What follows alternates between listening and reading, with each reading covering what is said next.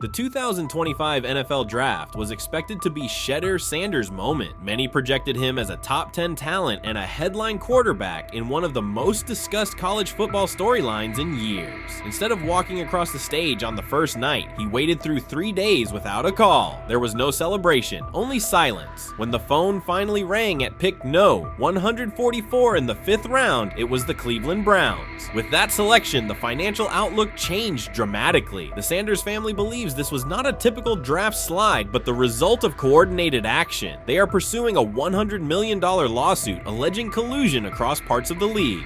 In the months before the draft, Sanders was consistently discussed among the top quarterbacks in the class. Television and digital analysts praised his poise, accuracy, leadership, and command. Scouts highlighted a 74.1% completion rate, record-setting stretches at Colorado, and his rise from an HBCU star to a national figure. Consensus expectations placed him in the first round or early second. Draft night unfolded differently. As picks accumulated, there was little indication that his name would be called. The atmosphere at his private gathering shifted from anticipation to doubt. When the Browns selected him late on day 3, projections for his first contract dropped from an estimated range in the mid-$30 million to approximately $4.6 million, with corresponding reductions in likely endorsements and long-term positioning. According to Deion Sanders and others close to the family, this was not about performance, injury, or conduct. They argue it was coordinated. Attorneys were contacted immediately. The allegation is straightforward. Sanders' value was suppressed intentionally. The family's position is that this was a calculated decision within parts of the league, not an isolated set of evaluations. The legal claims focus on communications that, if authenticated, could be significant. Internal emails, text messages, and owner-to-owner conversations. The family's representatives contend that these materials show a deliberate effort to avoid drafting Sanders in early rounds based on perceived image concerns rather than football merit. One message reportedly under review framed the decision in branding terms. Drafting Shedeur would mean inheriting the Prime brand. The complaint asserts that this view led some teams to discourage others from selecting him unless necessary, not for film-based reasons, but to avoid perceived attention and external pressure tied to his family's profile.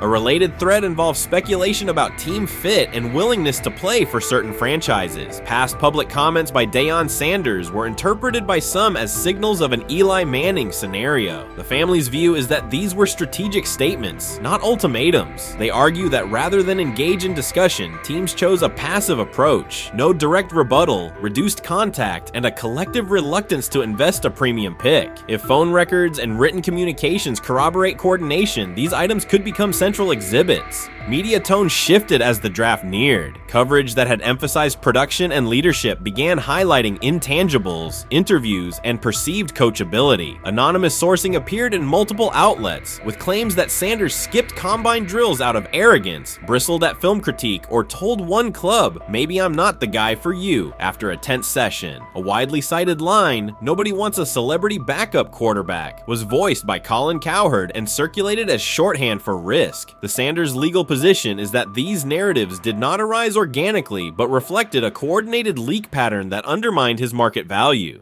The family's contention is that this was primarily about control and compliance rather than football ability. They point out that Sanders did not fail a drug test, was not suspended, and did not produce poor athletic testing. His college resume included elite stretches and significant program elevation at 2 stops. The legal claim asserts that the league's power structure resisted a high-profile player aligned with a high-profile parent coach and an independent media presence. The allegation is that teams sought to avoid the perceived complexity that would come with selecting him early. The financial impact is a core component of the damages claim. Had Sanders been selected late first or early second round, projected 4-year compensation would likely have fallen between $30 to $35 million, with immediate access to higher tier endorsement opportunities and the brand leverage that accompanies a franchise quarterback designation. As a 5th round pick, the initial contract value is a fraction of that total, and associated off-field opportunities are typically narrower. The suit reportedly seeks not only lost salary, but also the broader economic value linked to draft position, sponsorships, licensing, and the visibility that accelerates an early career trajectory.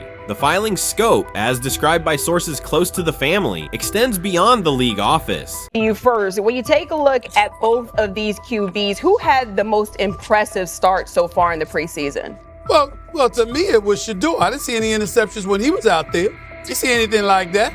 I mean, don't get me wrong. I don't think Dillon Gabriel did a bad job. I was impressed with the brother, but I'm going to go with Shedeur. You know, the pressure was on him. The spotlight was on him. Stephen A. Smith didn't just call out Dillon Gabriel. He held him accountable and made him rethink his comments. The moment Dillon Gabriel spoke and went after Shedeur Sanders, it wasn't a minor slip. He crossed the line and stepped directly into Stephen A. Smith's wheelhouse. And Smith answered with a clear, direct response that left no room for misinterpretation. The comparisons were emanating from the media more so than anybody else. And that's what I think, that's exactly who I think he was directing his comments towards. Having said that, Dillon Gabriel, respectfully, it was stupid. A very dumb comment to make. First of all, let me tell you something right now. In every walk of life, far beyond the parameters of a football field. This wasn't casual sports commentary, it was a decisive critique. Dillon Gabriel's comments were taken apart by Stephen A. Smith with clear, direct points. Gabriel, a quarterback with solid stats but limited top-level achievements, chose to take a public shot at Shedeur Sanders. Shedeur, who has handled sustained media scrutiny and on-field expectations, became the target of an unnecessary criticism. Smith responded by challenging Gabriel's standing to make that claim, and by defending Sanders on the facts. The outcome was clear. Gabriel overreached, and Sanders didn't deserve the hit. Dan Orlovsky would sit up here in comparison to Shedeur Sanders, who did no such thing, and say, hey, thought he looked better. I got to give him the edge here. I thought it wasn't bad. A pick six and a fumble, and we can get over fumbles. Have you heard anybody say that? I know it's possible. Have you ever heard anybody say, get over? Stephen A. Smith responded immediately. As soon as Dillon Gabriel made his comments about Shedeur Sanders, Smith delivered a clear, point-by-point critique that drew national attention across the NCAA media cycle. Dillon Gabriel has a reputation as a good quarterback, not a dominant one. He can post strong numbers against opponents like Tulsa, but his performance has been inconsistent when the stakes and competition rise to playoff level. Well, those who produce get treated differently than those who don't.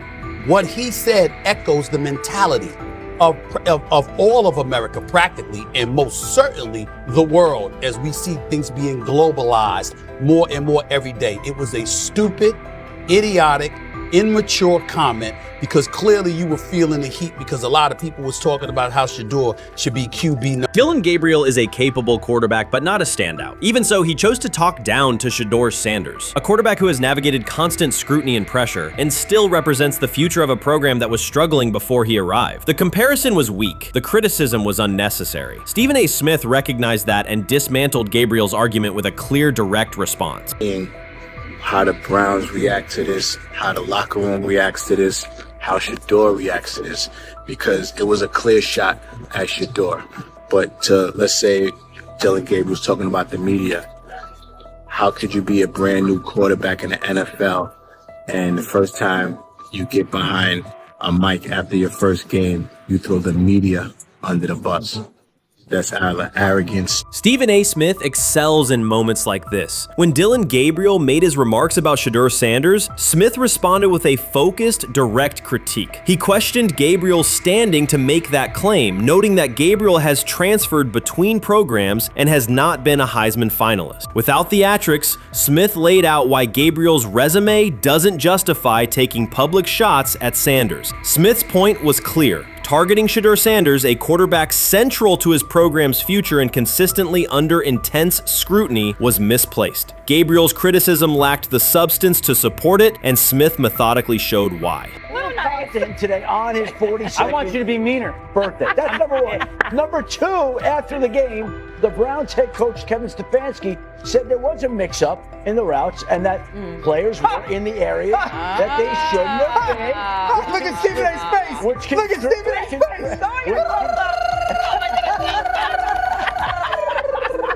Look at his face.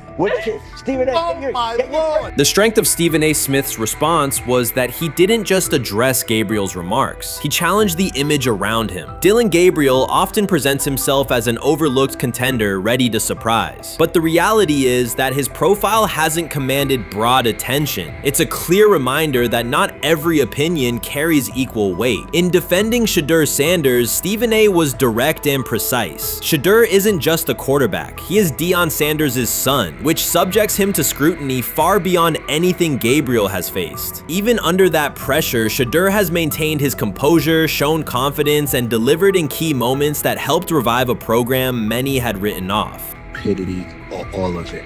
I thought it was a clear shot at Shedeur due to the fact that his Oregon coach threw a shot at Coach Prime and Shedeur during their meeting at Colorado last year. But you know what? The cream rises to the top. Let's see what happens this week. I see a lot of the media talking about they think it was about the media and not about Shedeur. And I think that's a chess move. For Dillon Gabriel to take shots at Shedeur Sanders was a miscalculation. Stephen A. Smith made the mismatch clear. Gabriel's attempt to shame Sanders was unnecessary and counterproductive. You don't target Deion Sanders' son when Dion has turned Colorado into primetime television. It underscored that Dillon Gabriel has often played with a chip on his shoulder because the spotlight hasn't followed him. He has been around long enough to compile numbers but not to earn broad respect. That's why going after Shedeur was misguided. Sanders, despite ups and downs, drives headlines. Gabriel's most notable headlines have been his transfers. Stephen A. Smith pressed that point without hesitation, challenging Gabriel's standing and leaving his argument looking like a forced throw that turns into a pick six.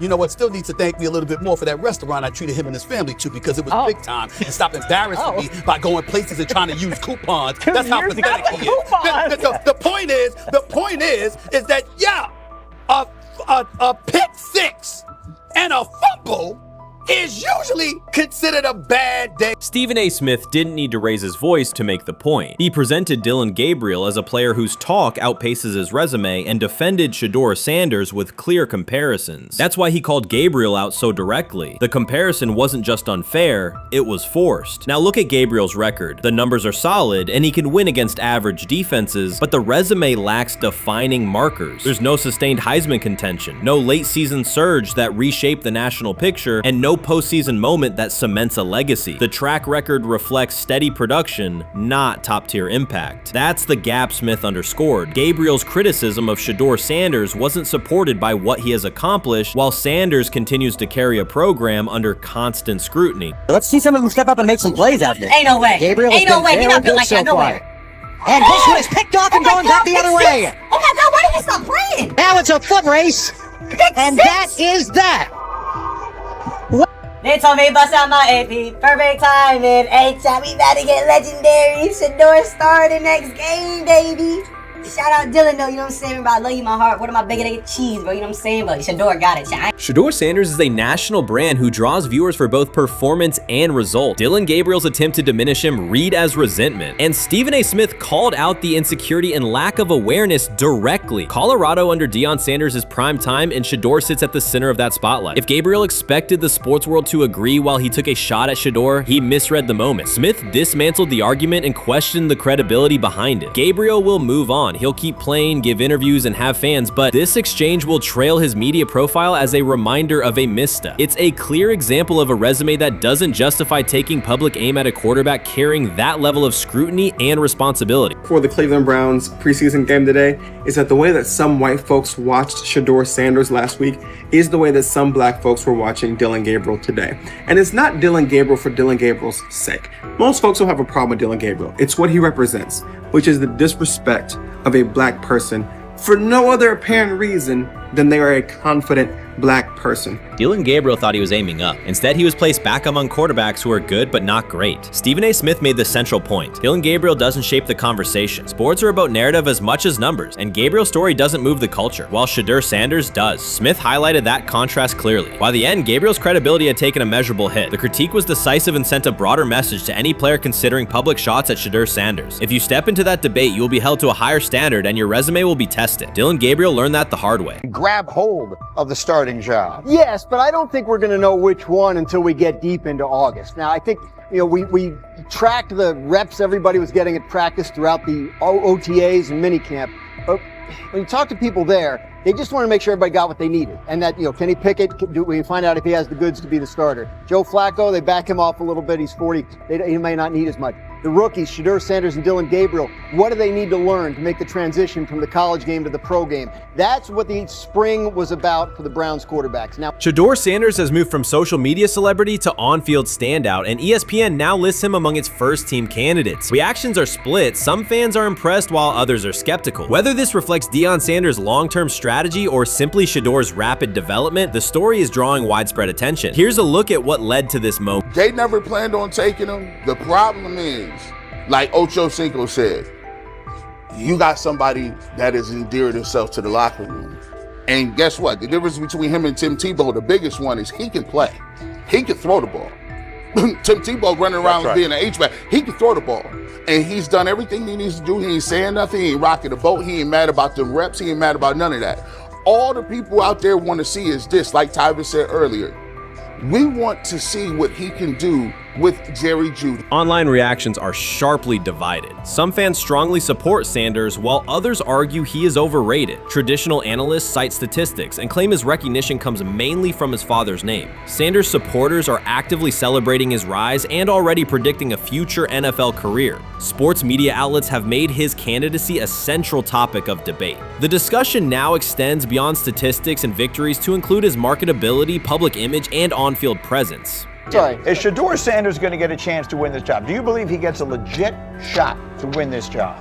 Listen, I think, first of all, the action's going to really start in training camp. Like, forget all the OTA stuff. You don't win a job in OTA. The real action starts in training camp. And just like Shedeur said, during the mini camp, when it's time to take your reps, you got to make the most of it. Because I think early on, there's going to be a lot. Remember, Joe Flacco didn't hardly practice in OTAs and mini camps because they were giving the young guys. Right. So when he gets his opportunity, he's going to have to make the most of it. Analysts are closely reviewing game footage to evaluate Sanders' decisions and mechanics, while others examine his social media activity to see how he balances content creation with quarterback duty. Shedeur Sanders' placement on ESPN's early first-team list has taken over the college football conversation. Supporters circulate his highlights and argue that his on-field production and leadership justify the honor. Skeptics claim the recognition relies too heavily on his family name and question whether his resume is strong enough for first-team status. Analysts are rewatching game footage to assess his reads, accuracy, and pocket presence, while others examine how he balances a high-profile social media presence with quarterback responsibilities. The debate has pushed other storylines, such as conference realignment and NIL issues, into the background, leaving fans and commentators focused on Sanders' performance, marketability, and overall impact on the sport. I'll keep saying it. I believe Shedeur Sanders should play more games than any other quarterback on this roster this year, because he's the only guy that I look at and say they might have something here. Because I'm telling you right now, they left night one of the draft saying we are taking our quarterback next year. So it's on Shedeur or Dillon or Kenny, probably not Joe, to change their mind. To change their mind. But you got to find out. You got to find out. Opinions differ on whether Sanders is benefiting from his family name or simply showing real progress, but the attention is undeniable. Social media is flooded with edited images elevating him to legendary status. Critics argue the first-team nod is driven by hype and marketability, while supporters point to his flashes of strong arm talent, field vision, and decision-making. Regardless of motive, the announcement has dominated the football news cycle and intensified debate over how much of his rise is performance-based versus media-driven. Highlight reels rarely show Sanders' turnovers, late-game mistakes, or inconsistent stretches. Being named to a first-team watch list suggests sustained dominance, something Sanders has displayed only in flashes. His selection appears driven as much by brand recognition and media appeal as by performance. ESPN's decision has intensified debate. Data-driven critics post statistics that question his resume, while passionate supporters predict awards and future NFL success. Commentators recall a time when first-team consideration required years of proven excellence. Yet many fans already see the announcement as confirmation that Sanders is on track for major college football honors. Shedeur Sanders has earned first-team reps when training camp commences later in July. I'm not saying like he's the first guy up when you do 11 on 11s, day 1, 2, 3, 4, 5 at training camp. I'm not necessarily saying that. But he's the one quarterback that we didn't get a chance to see take reps with the ones. But I think Shedeur has a chance to make this conversation interesting if he gets those reps with the ones and he has the same success that he did with the 2s, the 3s, and the 4s. I have confidence he can show you something, but I got to see it. We all got to see it before we can actually judge that. Some believe Deion Sanders is already preparing for an award ceremony, while others are furious, threatening to protest ESPN's credibility over Shedeur's first-team mention. Critics argue that honoring Sanders without a full season of elite play undermines college football standards. Supporters insist his performance and profile justify the recognition. The debate reflects a broader clash between traditional merit-based evaluation and modern brand-driven visibility. In today's landscape, first-team consideration is no longer only about statistics. It also involves marketability and audience engagement. Whether welcomed or rejected, Sanders commands attention and embodies the sport's shift toward both performance and personal brand. You made an interesting point. So I tend to have the drip, drip, drip. This was my Johnny Manziel theory, is that everybody makes mistakes, especially when you're young. But if I see 2, 3, 4, 5, then you've got a plumbing issue. It's not just you didn't close the faucet. So there's about 6 pieces of video in college where Shedeur was a little bit of a brat, whatever. Then there's the legendary cringy draft room. Didn't love that as a B prospect. Then there's back-to-back speeding tickets, both over 90, and a missed arraignment. The NFL is navigating unexpected headlines after a former Browns coach publicly defended Shedeur Sanders in response to reports of multiple speeding tickets. The coach's statement has sparked extensive online debate. Supporters welcome the show of loyalty, while critics question the motive. Sanders now finds himself at the center of an unforeseen controversy, and observers want to know why a Cleveland coach is standing so firmly in his corner. The story is developing rapidly and continues to draw intense attention. When it came out that he got a speeding ticket, I said it's not really that big a deal. I feel very differently about it now. Over 40 miles an hour over the speed limit, less than 2 weeks after you just got a ticket. I don't know if that's entitlement or immaturity. There's got to be some teams that are feeling very good right now that they didn't draft him. Observers are focusing on Shedeur Sanders' recent speeding ticket, treating the violation as a measure of his character and sidelining his athletic, academic, and philanthropic accomplishments. The incident, driving 15 miles per hour over the limit in a borrowed Lamborghini, has drawn sharp criticism. In response, a former Cleveland Browns coach has taken the opportunity to comment, even though the franchise is widely viewed as unstable due to its frequent coaching changes and limited on-field success. By defending Sanders, he presents himself as an authority on discipline and leadership. The statement, coming from an organization seldom praised for stability, has nonetheless attracted considerable attention across the league. You want to defend him a little bit. I thought this was an interesting take. Yeah, I thought it was really interesting that you said you were out because of the speeding tickets. To me, that's such a minor thing. You were so high on him in terms of his completion percentage in OTAs, and I thought that was a little aggressive on your part. But with the speeding tickets, I got a speeding ticket the first night of the draft, my first year there. I thought maybe I'd get the benefit of the doubt, but they gave it to me anyways.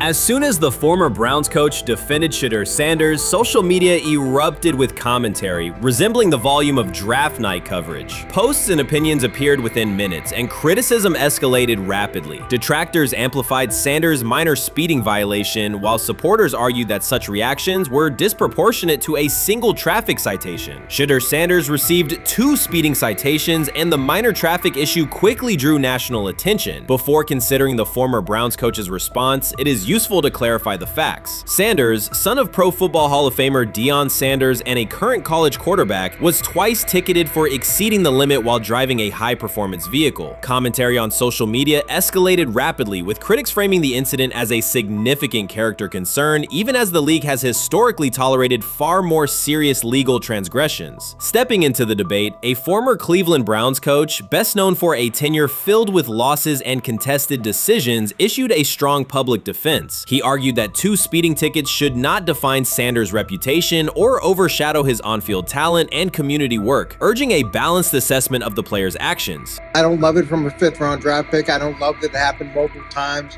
but I do think that this is the first time he's been away from his dad, and there's gonna be some growing pains now.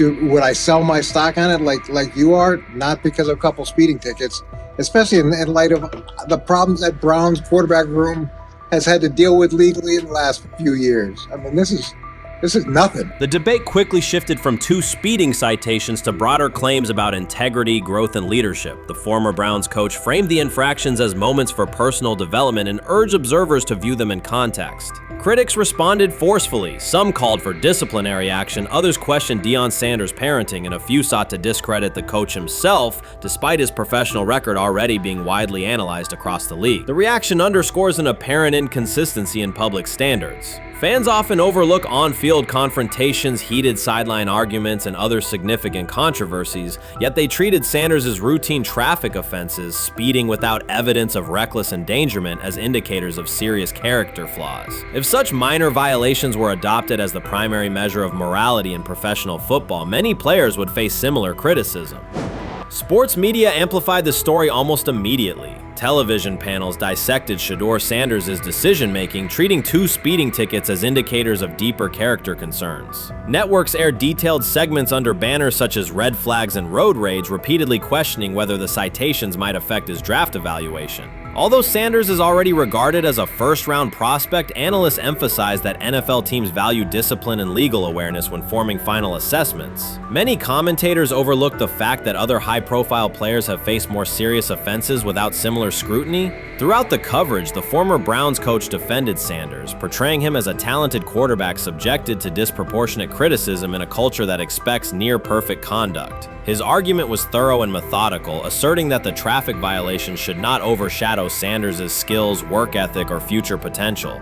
Commentators point out that the coach's intervention was not entirely selfless. He recognized the publicity potential. One day he was an overlooked figure from a struggling Browns era, the next he was a trending name across sports media. The discussion quickly expanded beyond Sanders' speeding citations to questions of image management and narrative control. Critics demanded disciplinary measures, public apologies, team sanctions, and formal statements, yet their objections seemed directed less at the traffic infractions themselves and more at Sanders' high profile, confidence, and resistance to traditional expectations. In practical terms, Sanders' brand remains intact. The coach secures renewed relevance, and the episode supplies another headline in the ongoing story of modern football. The next time Sanders is seen in a high-performance car, the debate will likely reignite, focused not on speed limits, but on the broader culture of the league. Meanwhile, new voices continue to join the conversation. Broadcaster Colin Cowherd has already weighed in, offering his own reassessment of the incident and its broader implications. Breaking news, Shedeur Sanders last night was pulled over going 100 miles per hour. All right, he clocked 101, 41 miles an hour over the speed limit in Cleveland. He will have the opportunity to fight the ticket in court. Now, I'm not exactly sure where he was pulled over, whether or not that it was in Ohio or whether or not that it was in his home state. But typically when you're going 40 over, that's flirting with the line of reckless driving. Folks, I gotta tell you, I don't understand what it is with these young men driving at absurd speed. Colin Cowherd's view of Shedeur Sanders shifted abruptly. Days after praising the quarterback's poise and skill, he appeared on air to declare that Sanders is overhyped, unfocused, and distracted by celebrity. The reversal was immediate, without any gradual reconsideration. Cowherd now frames Sanders' 2 speeding tickets as evidence of poor judgment, even though he has defended other quarterbacks facing far more serious off-field issues. The sudden, wholesale withdrawal of support leaves viewers questioning the consistency of Cowherd's criteria, and illustrates how quickly media narratives can change when minor incidents receive outsized attention. This is okay. Okay. How much of this is? I mean, Jimmy Haslam has his hands all over Manziel, has his hands all over Deshaun Watson. Admitted it, man enough to admit it. I saw the reaction in the draft room when they took Shedeur Sanders. Pretty obvious it wasn't the coach and the GM's pick. How much is this? This team has 8 last place finishes in 13 years owning it. How much of this is we don't have a very good owner here like Washington, D.C. and the Commanders? Yeah, I didn't love the owner stepping in and saying, hey, you got to take this guy in the 5th round.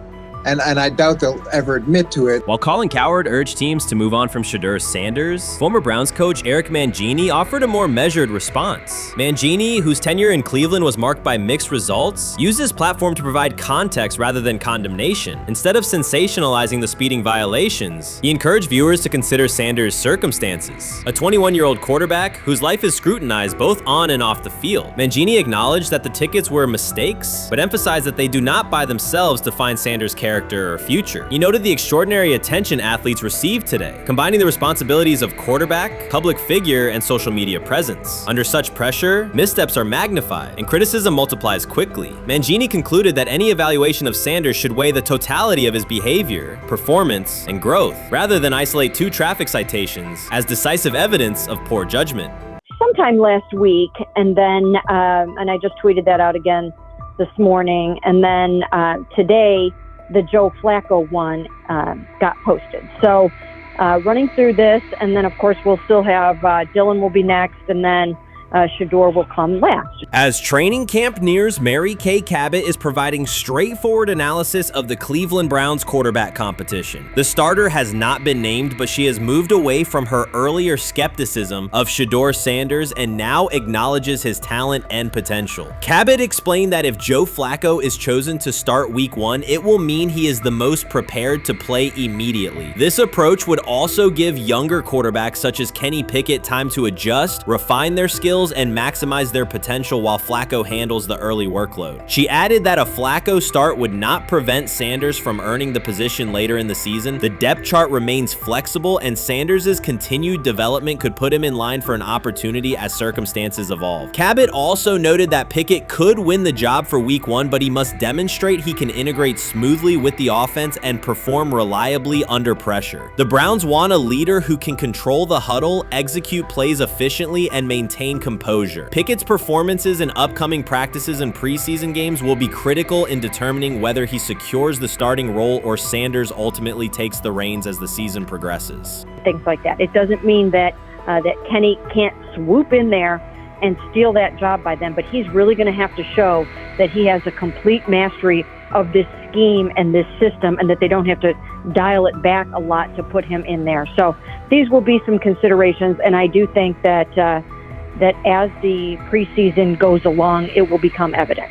Mary Kay Cabot recently stated that Shedeur Sanders is ready, and the Cleveland Browns are monitoring him closely. After a strong showing during organized team activities and minicamp, Sanders has made notable strides in his development. With continued progress, he is expected to return to the field prepared to contribute meaningfully. The Browns coaching staff is tracking his growth, and anticipation about his long-term role is increasing. Cabot added that if Sanders maintains this trajectory and continues to demonstrate poise within the team, he will have a legitimate chance to earn the starting quarterback job. Each practice rep strengthens his case, reinforcing the possibility that his development could benefit both the player and the organization. As Sanders impresses, discussion about his future in Cleveland becomes more compelling. Cabot also emphasized Sanders' advanced understanding of the offense. She noted that his football IQ appears in every drill and that he seems ready to execute the Browns system at full speed. His ability to process defenses quickly and make decisive reads distinguishes him from his peers. With the appropriate opportunity, Cabot believes Sanders could become a genuine difference maker for the Browns. One area Cabot highlighted is Sanders' command of pre-snap adjustments. His capacity to diagnose defensive fronts and communicate changes gives him an edge and reflects high football intelligence. If he translates those reads into consistent connections with his playmakers, he could elevate the Browns' offense significantly. By comparison, Cabot said quarterback Dillon Gabriel is still refining his grasp of complex terminology and play calling. While Gabriel possesses upside, Sanders' comfort with intricate concepts and his ability to manage tight pockets under pressure give him a clear advantage at this stage. Gabriel must sharpen those elements to compete at Sanders' level. Cabot previously reported that Sanders had already earned first-team practice snaps ahead of Gabriel. Her latest update confirms that Sanders is now approved as the Browns' starting quarterback, solidifying the organization's commitment to him as QB1. Expectations are high, and his response to the challenge will be closely watched throughout training camp and preseason. Cabot further noted that head coach Kevin Stefanski authorized Sanders to take expanded first-team reps beginning next month. This milestone underscores Sanders' readiness and the coaching staff's confidence in his progress. As the regular season approaches, Sanders aims to cement his status as the starter, and the competition for that position is intensified. Though Sanders leads the race, Kenny Pickett remains in contention. Cabot stressed that Pickett must prove he can integrate seamlessly with the offense and perform consistently under pressure. His performance over the next several weeks will determine whether he can challenge Sanders for the starting role.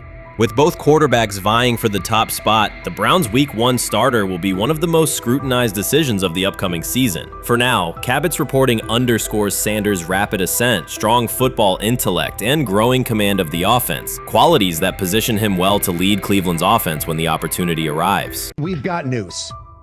Got news. About my Cleveland Browns. We've got an oblique problem.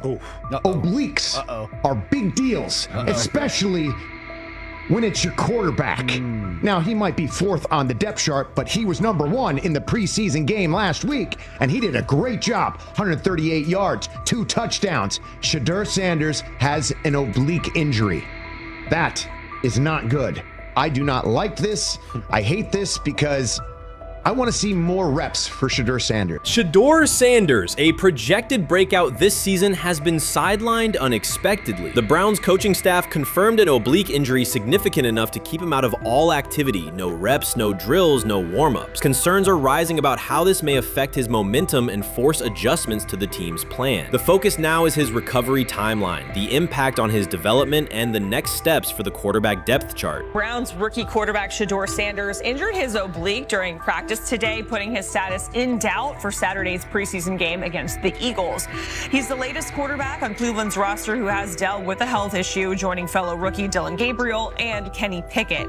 Sanders, who is trying to fight his way up the Browns depth chart, started the preseason opener last week and threw to practice. So how concerning is this for Shedeur as he is trying to, again, make his way up the depth chart, be QB2, potentially QB1 in the future? Dillon Gabriel taking Shedeur Sanders' QB1 spot after Sanders suffers an oblique injury is more than a roster change. It signals the staff is choosing urgency over efficiency. You do not replace a quarterback operating near a 70% completion rate with one coming off a 32% outing unless the decision is driven by desperation or poor evaluation. That is not strategy, it is avoidable loss of production. The impact on accuracy, timing, and drive sustainability is clear, and the difference is apparent to anyone watching. Well, here's what we know. I mean, after practice, Kevin Stefanski, the head coach of the Cleveland Browns, was not available to the media, but I did talk to him on the field as the players were coming off, and he told me that Shedeur Sanders complained of oblique soreness during the warm-ups this morning. Shedeur Sanders' absence isn't just a gap in the lineup, it's a setback for the entire offense. He thrives under pressure and makes throws others won't attempt. When he's healthy, every pass has intent, every drive has rhythm, and opposing defenses know they're in for a long day. Replace him with Dillon Gabriel and the defense senses an opening. Corners press tighter, safeties cheat down, and linebackers blitz more aggressively because they don't expect the same timing, velocity, or accuracy. Yes.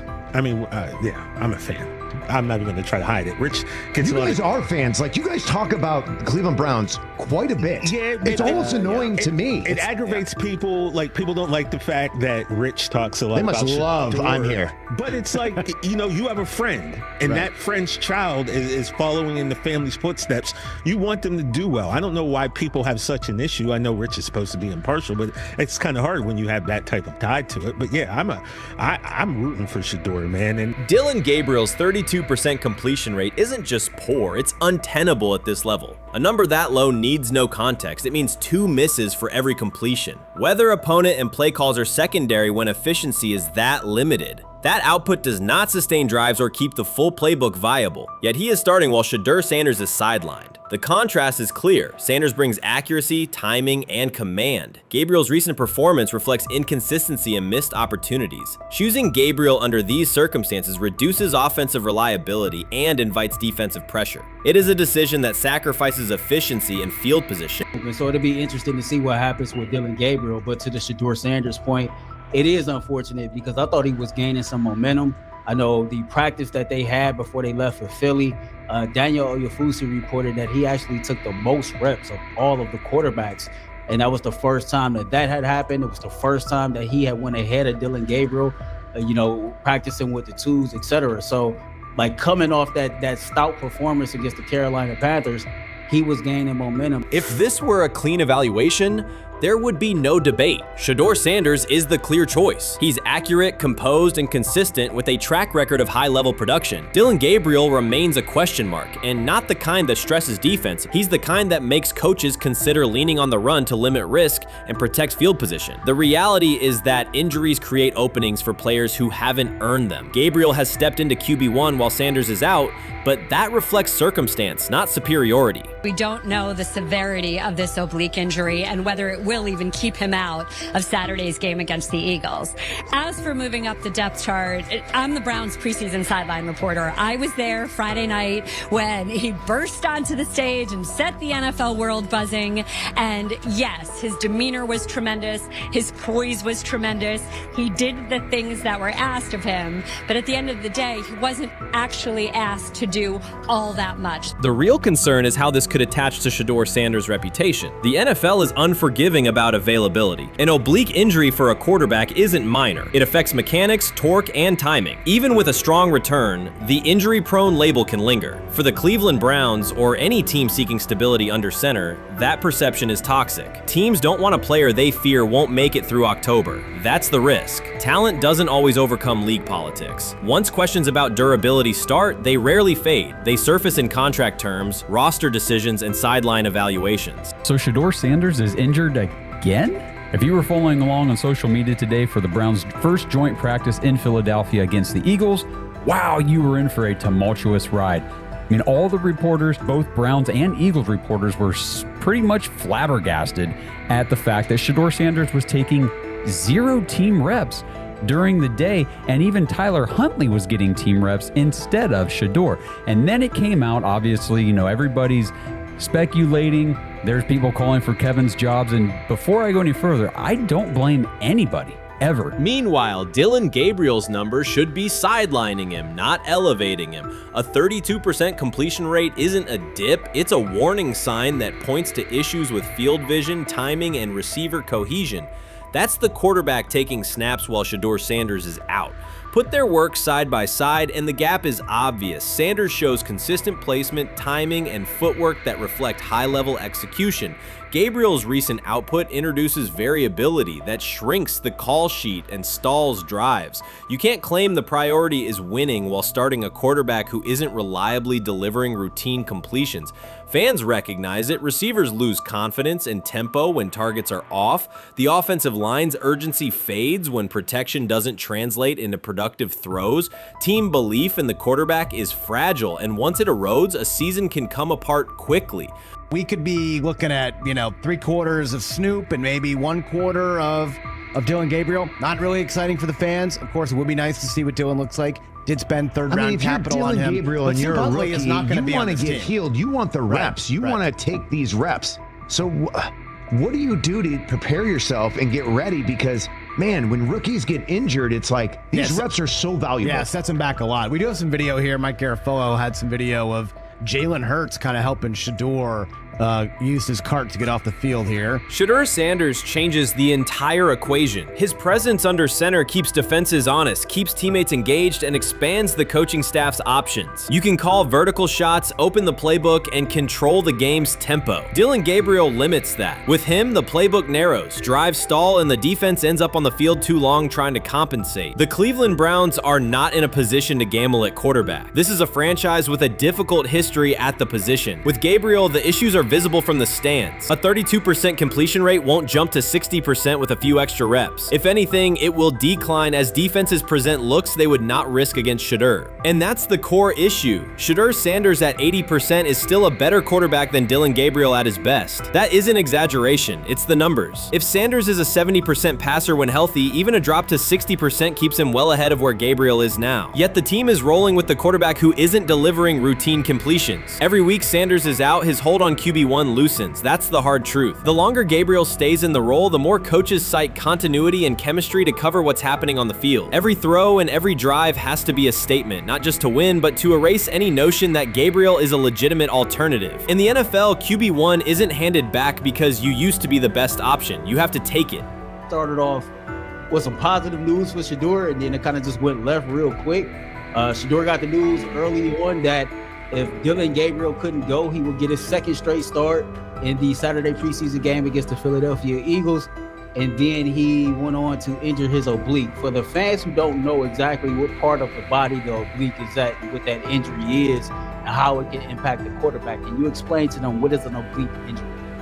It's like up in this area, right? Well, you can't see me, but like right up in here, you know, when you go to throw, like obviously that's all that. So the truth is straightforward. The Cleveland Browns, or any team in this situation, aren't going anywhere meaningful with Dillon Gabriel under center. You can frame it as progress and point to selective highlights, but reality will level it out, and by then the season is already slipping. Shedeur Sanders is the difference between a team with a path forward and a team playing out the schedule. He reads coverages, delivers on-time throws, and forces defenses to respect every level of the field. Gabriel turns the offense into guesswork. The NFL is built on results, and the results are clear. Gabriel's 32% completion rate functions as a warning sign. It doesn't need context, a clinic, or a film session to explain. It signals inefficiency that stalls drives and compresses the playbook. Yet he has been handed the role Shedeur established through precision, composure, and production. That decision undercuts the stated goal of winning. With Sanders, the offense retains structure, rhythm, and threat. With Gabriel, it narrows and exposes the defense to longer stretches on the field. I view things as I got time.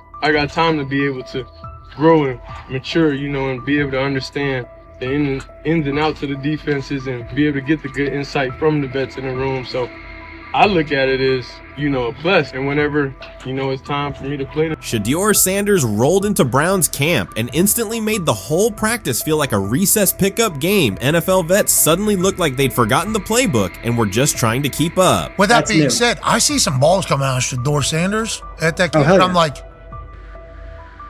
kind of looks like a guy. Yeah, I'm ready. He can sling it. Ready to. I see him, you know, some of the veterans, how they talk to him, mic'd up, see what he's doing in the community. Talking about Njoku there?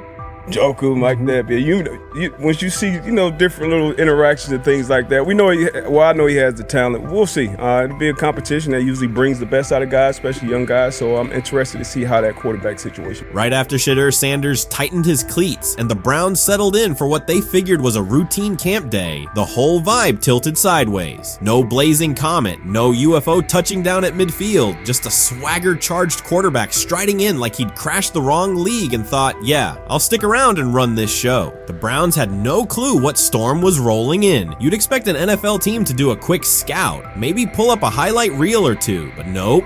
They greeted Shedeur with a shrug, only to watch him seize the field on snap one and run the whole operation like a seasoned pro. First and foremost, he's been the best quarterback in camp. Now look, Joe Flacco ain't had many opportunities. There was a whole day I saw he didn't throw the ball at all. Here's my theory on the situation. They already know who's starting in the number 2 is. They already know. Joe Flacco and Shedeur Sanders is already locked up. You're missing the boat, people. You're missing the boat. Your boy, Kenny Pickett and Dillon Gabriel, oh, they're fighting. Shedeur didn't merely clock in, he hijacked the session. One moment he's loosening his arm, the next he's roasting veteran QBs like faded names on busted draft boards. Defensive coordinators everywhere had the same gut punch reaction. Uh-oh. His pocket poise? Straight disrespectful. His timing? Psychic. And every pass left his hand like it was laser guided to its mark. While Shedeur Sanders was slicing up routes, the Browns secondary looked less like an NFL backfield and more like a gaggle of dads sprinting through a Saturday fun run. Big on enthusiasm, short on closing speed. Coaches fought the urge to slam the emergency horn. Players traded wide-eyed, "Are we serious?" stares, and someone even double-checked that a hidden camera crew wasn't about to pop out of the tunnel. But nope, this was pure Shedeur, half cold-blooded surgeon, half highlight factory. He wasn't dropping a casual "I'm here," he was crafting a masterclass. From the first rep, the tempo changed. Shedeur Sanders accepted the snap with steady footwork, diagnosed the Browns' single high shell, and delivered a tight window seam route that forced the free safety to recover late. Throughout the period, he manipulated leverage with quick shoulder fakes, moved through full field progressions, and released on time from a balanced base, consistently putting the ball on his receiver's upfield shoulder. Cleveland's coverage struggled on multiple fronts. Safeties hesitated between deep half responsibilities and underneath support, creating voids at 15 to 20 yards. Cornerbacks and off-man were caught in trail position when Sanders used rhythm throws on 3-step drops, while those who tried press technique had their inside hand neutralized by his receivers' outside releases. Linebackers widened to match shallow crossers, leaving the middle hook unguarded for pivot routes and option digs. One corner attempted a line of scrimmage jam. Sanders immediately immediately adjusted the route to a back shoulder fade, releasing the ball before the break and rendering the press ineffective. Over the session, he showcased pocket discipline, reclimbing to maintain throwing lanes rather than drifting, and finished with a series of anticipatory throws against cover 2 cloud, fitting vertical outs between the flat and deep half defenders. Sanders' combination of rapid post-snap processing, precise ball placement, and pocket efficiency exposed coverage mismatches at every level and highlighted communication gaps in the Browns secondary. By mid-session, the Browns defensive staff clearly recognized their calls were outmatched. Every adjustment, a roll to cover 6, a simulated pressure, a late rotate to 2 high, was neutralized once Shedeur Sanders confirmed the post-snap picture. Routes that had taken weeks to script were beaten by timing and location. Comeback set at 12 yards broke open before the corner's transition. Slot seam outs dotted the void between the flat and deep half defender, and boundary receivers beat press with quick hand techniques, receiving the ball before the trail man could recover. Sanders' command was methodical. He used cadence to freeze plug blitzes, re-ID'd the mic when linebackers sugared the A-gaps, and maintained a firm base so he could reset and fire without resetting his feet. His receivers benefited from that rhythm. Top of the stem, eyes back, ball delivered on their upfield shoulder, allowing immediate transition to YAC. The Browns front tried a late stunt to compress the pocket. Sanders climbed 2 steps, re-spotted the shallow crosser, and delivered in stride, turning a potential sack into a 20-yard gain. What stood out most was how little ramp-up Sanders needed. From his first series, he processed full field concepts at tempo, cycling through progression reads without hitching. The poise under interior pressure, consistency in ball placement, and ability to manipulate zone defenders left the Browns' coordinated disguise packages ineffective and forced them into static coverage by the end of the period. In short, Sanders' efficient mechanics, rapid processing, and anticipatory accuracy rendered Cleveland's defensive game plan ineffective at every level, from pre-snap disguise to post-snap spacing. Imagine there's many people that think Dillon Gabriel's a better quarterback than Shedeur Sanders. I don't care where they were drafted. If the Browns are the one team that thinks that, then I'm going to suspect it's not true. They don't know what listen, they've been on every quarterback evaluation for 30 years. Right. I never root against anybody. Yeah. But I'd be surprised if Dillon Gabriel's ever a legitimate starting quarterback for the Cleveland Browns. I'd be surprised. I just don't think. Well, then it is a wasted pick because you took him in the top 100.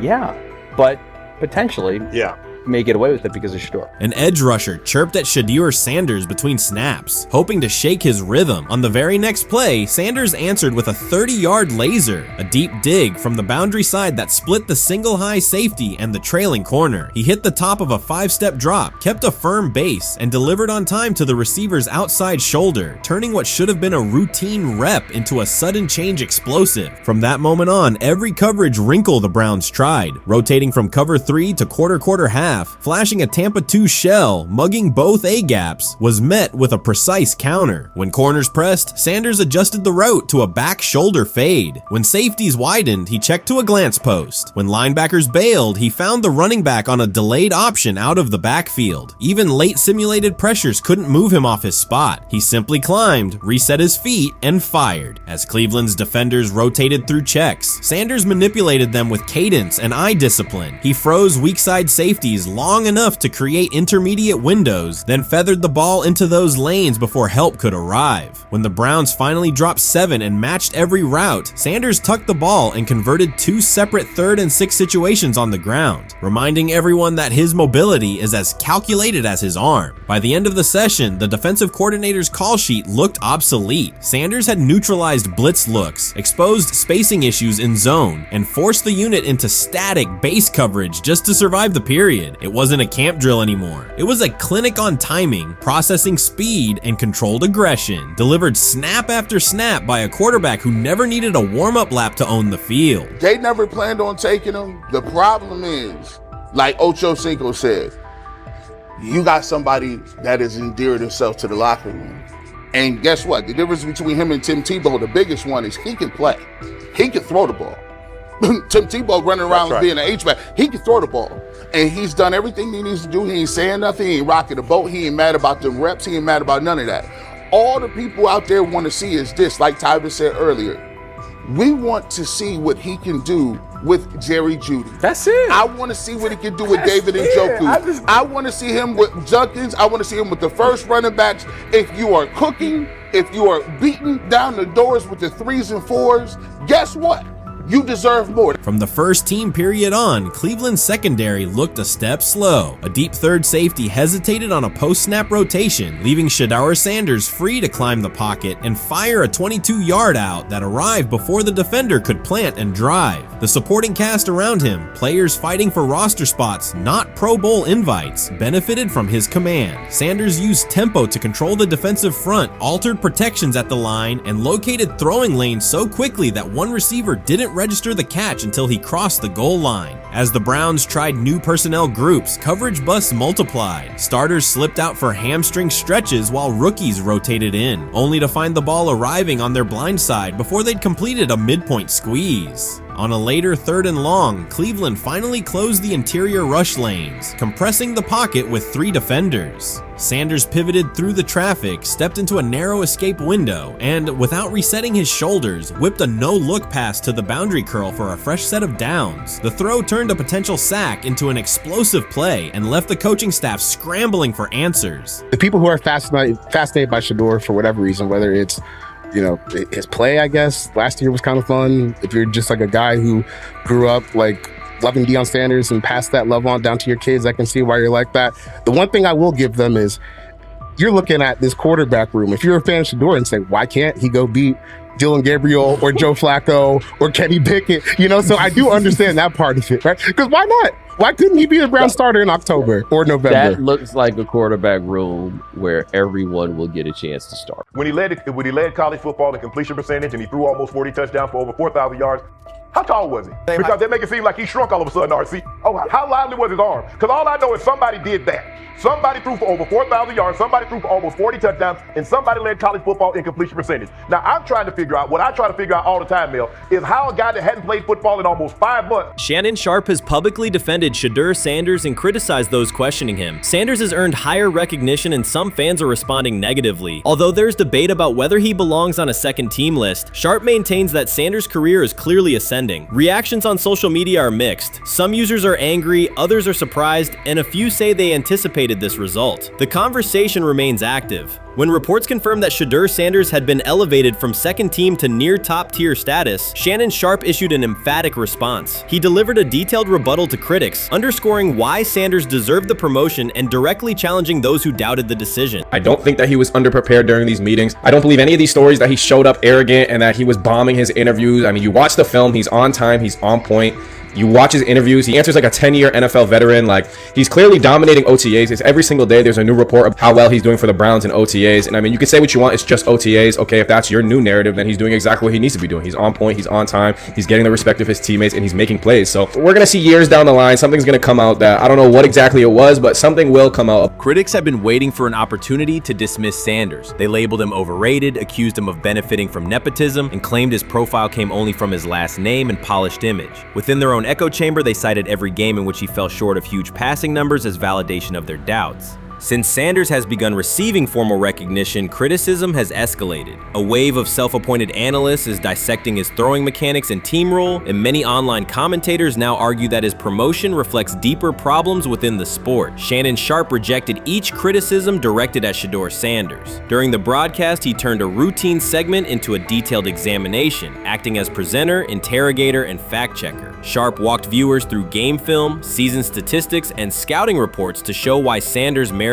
his recent promotion. Whenever a panelist claimed Sanders had not earned the role, Sharp countered with completion percentages, efficiency ratings under pressure, and documented late-game drives that changed outcomes. He stressed that the backlash was driven less by on-field evidence and more by reluctance to revise earlier opinions. Sharp argued that critics were upset not because Sanders lacked qualifications, but because his progress contradicted their initial narrative. By the end of the discussion, Sharp had moved past simple defense and reframed Sanders as a clear example of performance-based advancement, demonstrating that early predictions can be wrong. Never heard of no Dillon Gabriel or Tyler Shock. What the hell is that? So how is Shedeur Sanders going behind them? I'll tell you how. Collusion. 4 different times they passed on him. How the hell does that happen? 4 rounds. It doesn't happen to a quarterback. We've never seen anything like this before.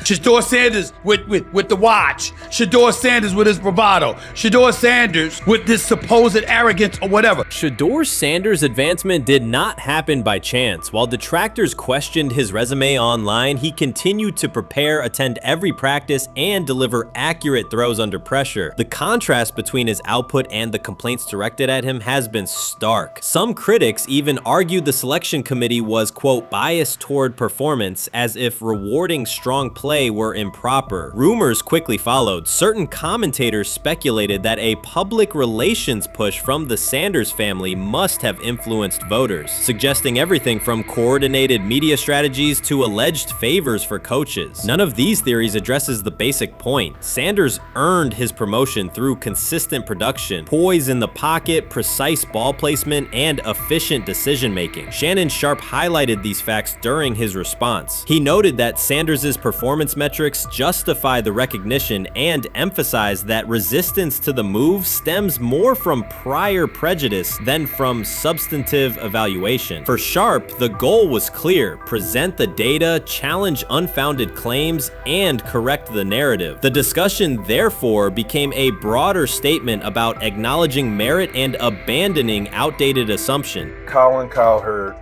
defend college basketball coaches who have gotten a DUI, come to their defense and say they didn't need to be fired, that they deserve a second chance. But Shedeur Sanders drives 40 miles over the speed limit, gets a one-on-one ticket, and Colin Cowherd comes on his show today and says he's out on Shedeur Sanders. He's seen enough. He can't support him anymore. He can't be in the Shedeur Sanders camp because of the speeding ticket. Shannon Sharp addressed commentators who portray constant doubt as expertise. Those who discount strong performances with "we'll see" but declare bust after a single mistake. He noted their belief that progress only counts if an athlete visibly struggles. Sharp's response was methodical rather than emotional. He presented evidence, cited statistics, and calmly refuted each claim. Following his remarks, several critics began revising or deleting earlier posts, recasting themselves as longtime supporters of Shedeur Sanders despite having questioned him for months. Sharp insists on accountability, naming specific individuals and dates while requesting public acknowledgement of prior errors. He argues that analysts cannot spend months undermining a player's potential and then quietly adopt a supportive stance once the athlete succeeds. These are serious, big-time, top-of-the-line playmakers that they have. If you can go 45-42 in the fourth quarter because your quarterback set the school record with 510 yards passing. He was flawless. Shedeur is big time. I didn't know for sure, will it translate to the next level of competition? Yes, it might translate to the next level of competition as he can play. Critics who once claimed Shedeur Sanders was unprepared now hesitate to acknowledge their mistake. They resist retracting earlier comments and struggle to accept that an athlete can succeed without their approval. Sanders continues to share practice clips and game highlights without engaging the debate, while Shannon Sharp documents every dismissive remark, ready to revisit them on national television. The disapproval did not slow Sanders. It underscored his progress and exposed the gap between perception and performance. As a result, the conversation has shifted. Analysts who doubted him now describe him as undervalued and publish detailed evaluations of his mechanics and game management, suggesting long-standing familiarity with his career. In a matter of weeks, critics have recast themselves as advocates, demonstrating how quickly opinion can change when consistent results leave little room for doubt. Shannon Sharp signaled that his commentary is not over. He considers Sanders' advancement a positive outcome for every athlete who has been overlooked or criticized for having confidence. Sharp stressed that analysts do not have the authority to determine who deserves recognition based on personal preference. The reaction to Sanders' promotion, he argued, revealed how quickly opinions can shift once results are undeniable. Sharp pointed out that many vocal critics became quiet when confronted with objective performance data. This exchange, Sharp insisted, reached beyond defending a single quarterback. It challenged the practice of dismissing achievements that do not fit familiar narratives. He reminded viewers that success does not require external approval and that consistent talent will surface despite online commentary intended to minimize it. While critics reconsider their positions, Sharp remains steady, assigning credit to the athlete and allowing the scoreboard to confirm the argument. In his view, the statistics speak clearly enough. Sharp also emphasized that the intensity of the backlash must be placed in context. College football is a volatile environment where unexpected outcomes are common. Therefore, declaring failure based on incomplete evidence only weakens the credibility of sports analysis. The discussion underscored the need for measured evaluation rather than reactive judgment. Dak Jackson and him and everybody else that we talked to have said that Shedeur looks good. He looks really good. Yes. He looks better. And we got Zach that say Dylan Gabriel ain't even an NFL quarterback. It's true. So how is it that this man can't get a rep with the ones, but that non-NFL quarterback can? We all what agree with sense that. does that make? Some observers now claim that recognizing Shedeur Sanders' strong performance undermines football's traditional standards, even though they previously argued he received coverage only because of his father. Faced with Sanders' current statistics, those critics are searching for explanations that fit their earlier narrative. The data have always been clear. Their earlier objections ignored that fact. Shannon Sharp is openly highlighting this reversal, comparing past negative remarks with Sanders' recent 400-yard games to demonstrate the gap between criticism and evidence. Sharp did not force these commentators to backtrack. He simply displayed their earlier claims alongside Sanders' results, allowing the contrast to speak for itself. He lied to us all when he said that this was going to be an open competition, a four-man open competition when it comes to the QB situation up there in Cleveland, in which, from the looks of it, all we've seen it be was a three-man race. The only people that has been getting reps in with the first team or with the veterans are Joe Flacco, Kenny Pickett, and Dylan Gabriel. We've never seen my boy Shedeur Sanders get a chance to get in. Even with him doing the things that he has been doing up there, he has yet to get in with the... Shedeur Sanders was caught off guard by Coach Kevin Stefanski's recent remarks, which have sparked talk of bringing in another starting quarterback. Commentators are debating whether Stefanski's comments reflect eroding confidence in Sanders or a brief lapse in judgment, but the rookie now faces intensified scrutiny over his role. The Browns, we got an analyst that says that Shedeur Sanders should have some kind of a ban? Banishment of some kind? Come again? Say what? For what? And we've got, this would be more troubling. If I'm a Browns fan, and this is where we're going to start, potential dissension in the ranks of the front office and the coach. And over what? Quarterback. When a program's headline quarterback suddenly becomes the subject of sideline murmurs and quiet searches for replacements, the situation is unmistakable. It's a breach of trust. Shedeur Sanders, the passer who put Colorado back in national conversations with his production and profile, has just received a clear message that his job security is in question. Coach Kevin, the assistant previously considered to be in Sanders' corner, made remarks that ignited speculation about changing quarterbacks. Fans, analysts, and even Deion Sanders are now reassessing the team's unity and its true plan for the position. The comment was no accident. It was a deliberate signal that the staff may soon elevate a backup. For perspective, Shedeur Sanders did not step into ideal conditions last season. He was sacked so often that Colorado could have dedicated a locker to every opposing edge rusher who reached him. Could I possibly go to bat for Kevin Stefanski as a great head coach? No, I couldn't. Could you go at bat against him, saying he's a horrible head coach? No, I can't. I think that's why we fall in the middle. I think that's why in a lot of these discussions, and that's why a lot of the rankings, you see him right now in that 15 to 20 range, somewhere in that middle pack of NFL head coaches. I've said earlier, Kevin Stefanski has already been given more head coaches than any coach I've ever seen in Cleveland.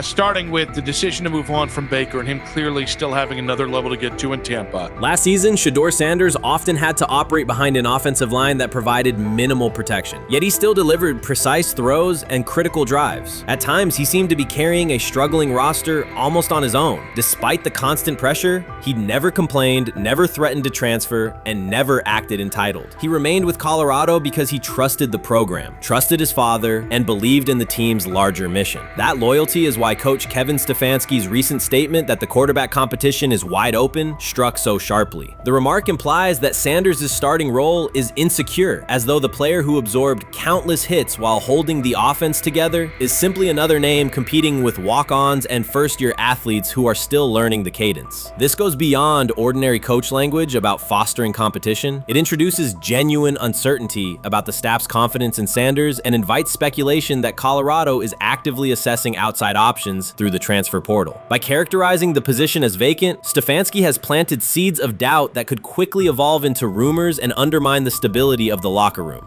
I'm sorry, but when it comes to quarterback, I'm gonna defer to my head coach, generally speaking, especially one with Stefanski's track record and how he's viewed across the league.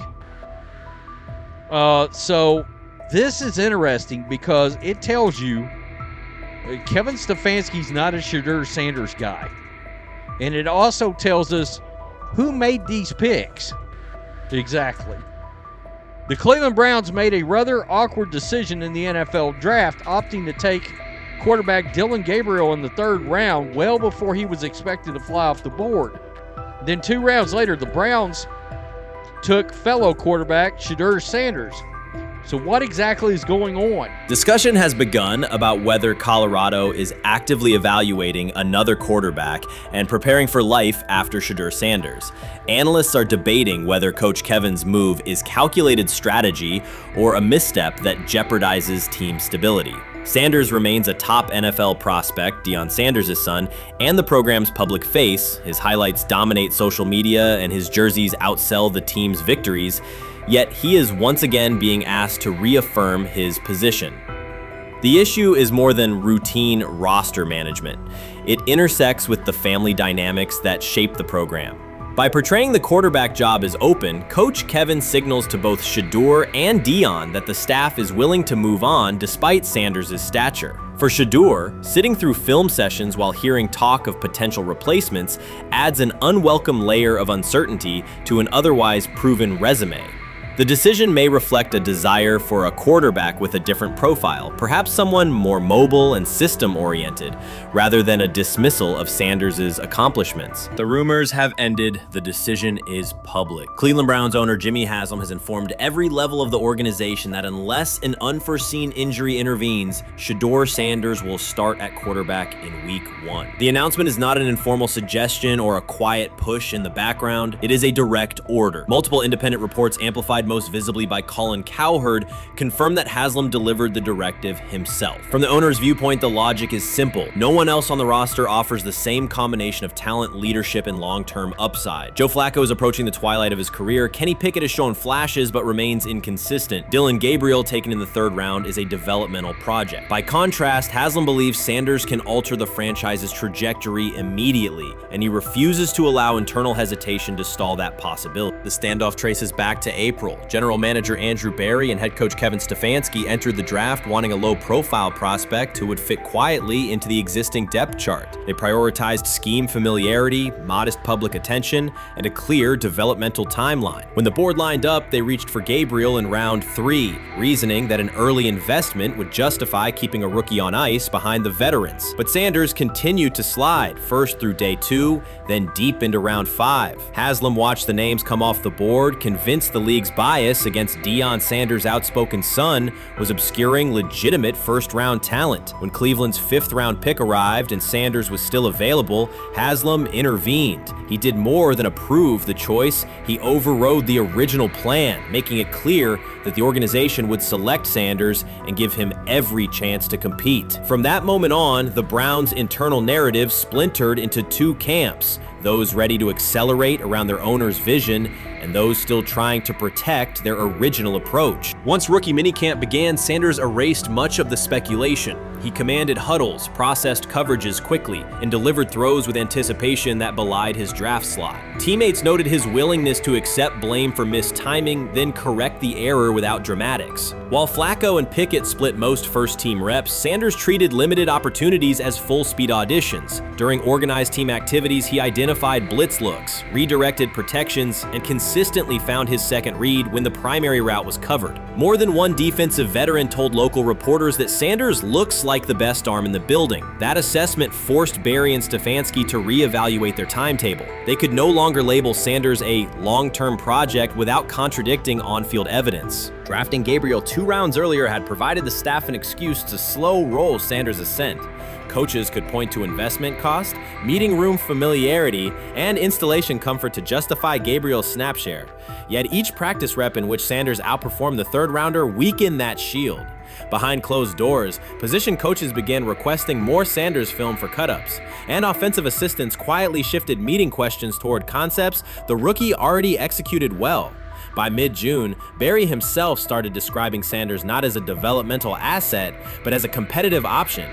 Those subtle linguistic changes signal the front office's recognition that the narrative had moved beyond their control. Haslam's history with quarterbacks is well documented. His pushes for Johnny Manziel, Baker Mayfield, and Deshaun Watson were high visibility swings, each driven in part by a desire to generate excitement as well as wins. Critics highlight those choices to question his evaluation track record, yet Haslam perceives Sanders differently. Where Manziel carried off-field concerns, Sanders brings a reputation for professionalism. Where Mayfield's leadership style divided veterans, Sanders' approach has united receivers and linemen. Where Watson's trade involved unprecedented controversy, Sanders arrived at minimal draft cost. Haslam sees a rare chance to capture star potential without mortgaging the future, and he is unwilling to cede that upside to cautious pacing. Cleveland's supporters, weary of revolving door quarterbacks, have rallied around Sanders with unexpected speed. Sales of customized Sanders number 2 jerseys surged within days of rookie minicamp. Training camp ticket requests spiked once local media circulated videos of Sanders making NFL-caliber anticipation throws during 7-on-7 periods. The mood in Northeast Ohio has changed from tentative hope to active belief. Longtime season ticket holders who once shrugged at preseason storylines now debate Sanders' footwork at neighborhood barbecues. Social media engagement for Brown's content has climbed, driven by highlight compilations of the rookie threading seam passes between linebackers and safeties. All of this places Kevin Stefanski in a fragile position. If he opens week 1 with a veteran starter and the offense sputters, criticism will be swift. Each stalled drive will be interpreted as evidence that he ignored the owner's edict and the fan base's intuition. Conversely, if he names Sanders the starter solely under pressure, any early struggles could be framed as proof that Sanders was rushed, further exposing Stefanski to blame. The only sustainable solution is conviction. Either stand behind a veteran with clear strategic reasoning or embrace Sanders fully and structure the offense around his strengths. Splitting the difference, rotating series, delaying first-team reps, or using vague competition language will satisfy no one and likely jeopardize locker room clarity. Sanders' personal approach has reinforced Haslam's confidence. Instead of taking post-draft downtime, he traveled to Texas to train in full Browns gear at facilities near his father's home. The leaked clip of Sanders executing footwork drills in helmet and pads wasn't a marketing ploy. It was a glimpse into a quarterback visualizing Week 1 live. Team personnel who viewed the footage recognized purposeful rehearsal, cadence calls, pocket movement against simulated pressure, and follow-through adjustments based on imagined rush lanes. Observers asked why a rookie would conduct such intense solo sessions in May. The answer is straightforward. Sanders does not view himself as a developmental pick. He considers himself the starting quarterback of the Cleveland Browns and prepares accordingly. On pure ability, Sanders' arm strength ranks with the league average for starters. His accuracy to the intermediate middle, an area where the Browns' current scheme generates high leverage completions, has drawn consistent praise from receivers. The primary areas still under review are blitz recognition and live bullets and timing on deep outbreaking routes versus press coverage. Those developmental checkpoints are significant, yet daily practice reps show acceleration. In contrast, Flacco's mobility limits the boot action game that Stefanski installed to help Mayfield early in his tenure. Pickett can extend plays, but struggles to attack tight windows between linebackers and safeties, an essential requirement in Cleveland schematics. Gabriel remains an unknown at NFL speed. Thus, the competitive landscape favors Sanders sooner than the coaching staff originally planned. The franchise now stands at an inflection point. Haslam's mandate, the locker room's growing support, and the fan base's enthusiasm all tilt towards Sanders. The front office's earlier strategy, anchored in patience and quiet development, is increasingly untenable. Barry's shift in messaging indicates grudging alignment, but final authority over the depth chart rests with the coaching staff, unless ownership directly intervenes on game day decisions. A move rare, but not unprecedented in the NFL. Should Stefanski align with the owner and name Sanders the starter before preseason concludes, he can claim proactive vision and tailor the offense through training camp. Should he resist and open with a veteran who falters, he risks rapid loss of credibility and possibly his position. Either path carries pressure, but only one aligns with the momentum sweeping through the building.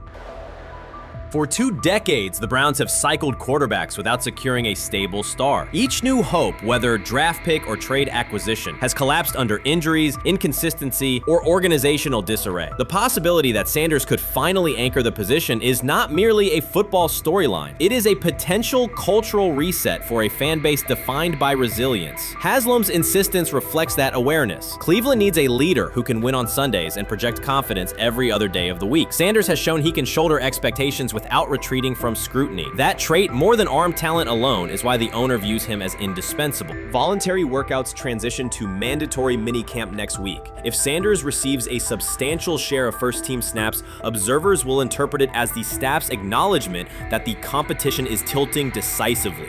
A public declaration may not follow immediately, but every rep allocation is a signal. If, however, the staff continues funneling most top unit snaps to Flacco or Pickett, tension will escalate. Local media will question the evaluation process. National analysts will debate the merits of letting a rookie learn through live action versus controlled practice. Inside the facility, players will recognize any disconnect between performance and opportunity, and unity could fray. The Browns have reached a decisive moment. Shedeur Sanders has demonstrated the skill, poise, and work ethic to justify starting in Week 1. Jimmy Haslam has publicly positioned him as the future, and by implication the present, of the franchise. Kevin Stefanski and Andrew Berry must either endorse that vision or brace for the consequences of delaying it. For Cleveland fans, the significance is clear. A legitimate chance to exit the cycle of quarterback uncertainty and rally behind a signal caller capable of commanding the field and galvanizing the city. Whether that opportunity is seized promptly or postponed will define the Browns' 2025 season and likely the tenure of the decision makers involved. Chris Carter's televised assessment of Shedeur Sanders triggered immediate pushback from Cleveland fans, local media, and even several Browns veterans. Carter dismissed Sanders, a 5th-round pick, as unprepared to start and framed the growing interest around him as purely a byproduct of surname recognition. Since that segment aired, practice reports have told a very different story. Observers inside the Browns facility describe a rookie quarterback who is closing the gap on Kenny Pickett and Dillon Gabriel with surprising speed. Sanders first turned heads in rookie minicamp by directing the huddle with a calm that belied his inexperience.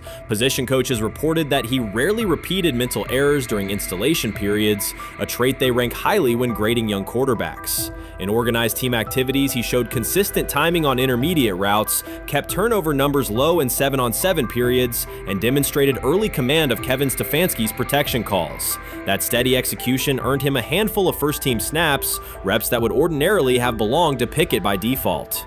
By mandatory minicamp, the rotation had shifted again. Practice notes from beat reporters detail the rise in Sanders' workload each day. Red zone series against the starting defense, 2-minute drills, and full field scrimmage possessions in which he checked out of called plays when fronts dictated it. Mary Kay Cabot, initially skeptical Sanders would challenge for game day snaps in 2025, wrote after consecutive sessions in mid-June that his footwork, release speed, and pocket management had, quote, meaningfully tightened since rookie camp. Her tone marked a clear departure from early spring projections that labeled Sanders a long-term developmental project. The broader quarterback context in Cleveland magnifies that progress. Deshaun Watson's availability and form remain uncertain after 2 injury-interrupted seasons, while Pickett's transition from Pittsburgh has been uneven. Dillon Gabriel's arm strength is evident, but coaches continue to stress hesitation in his full-field reads.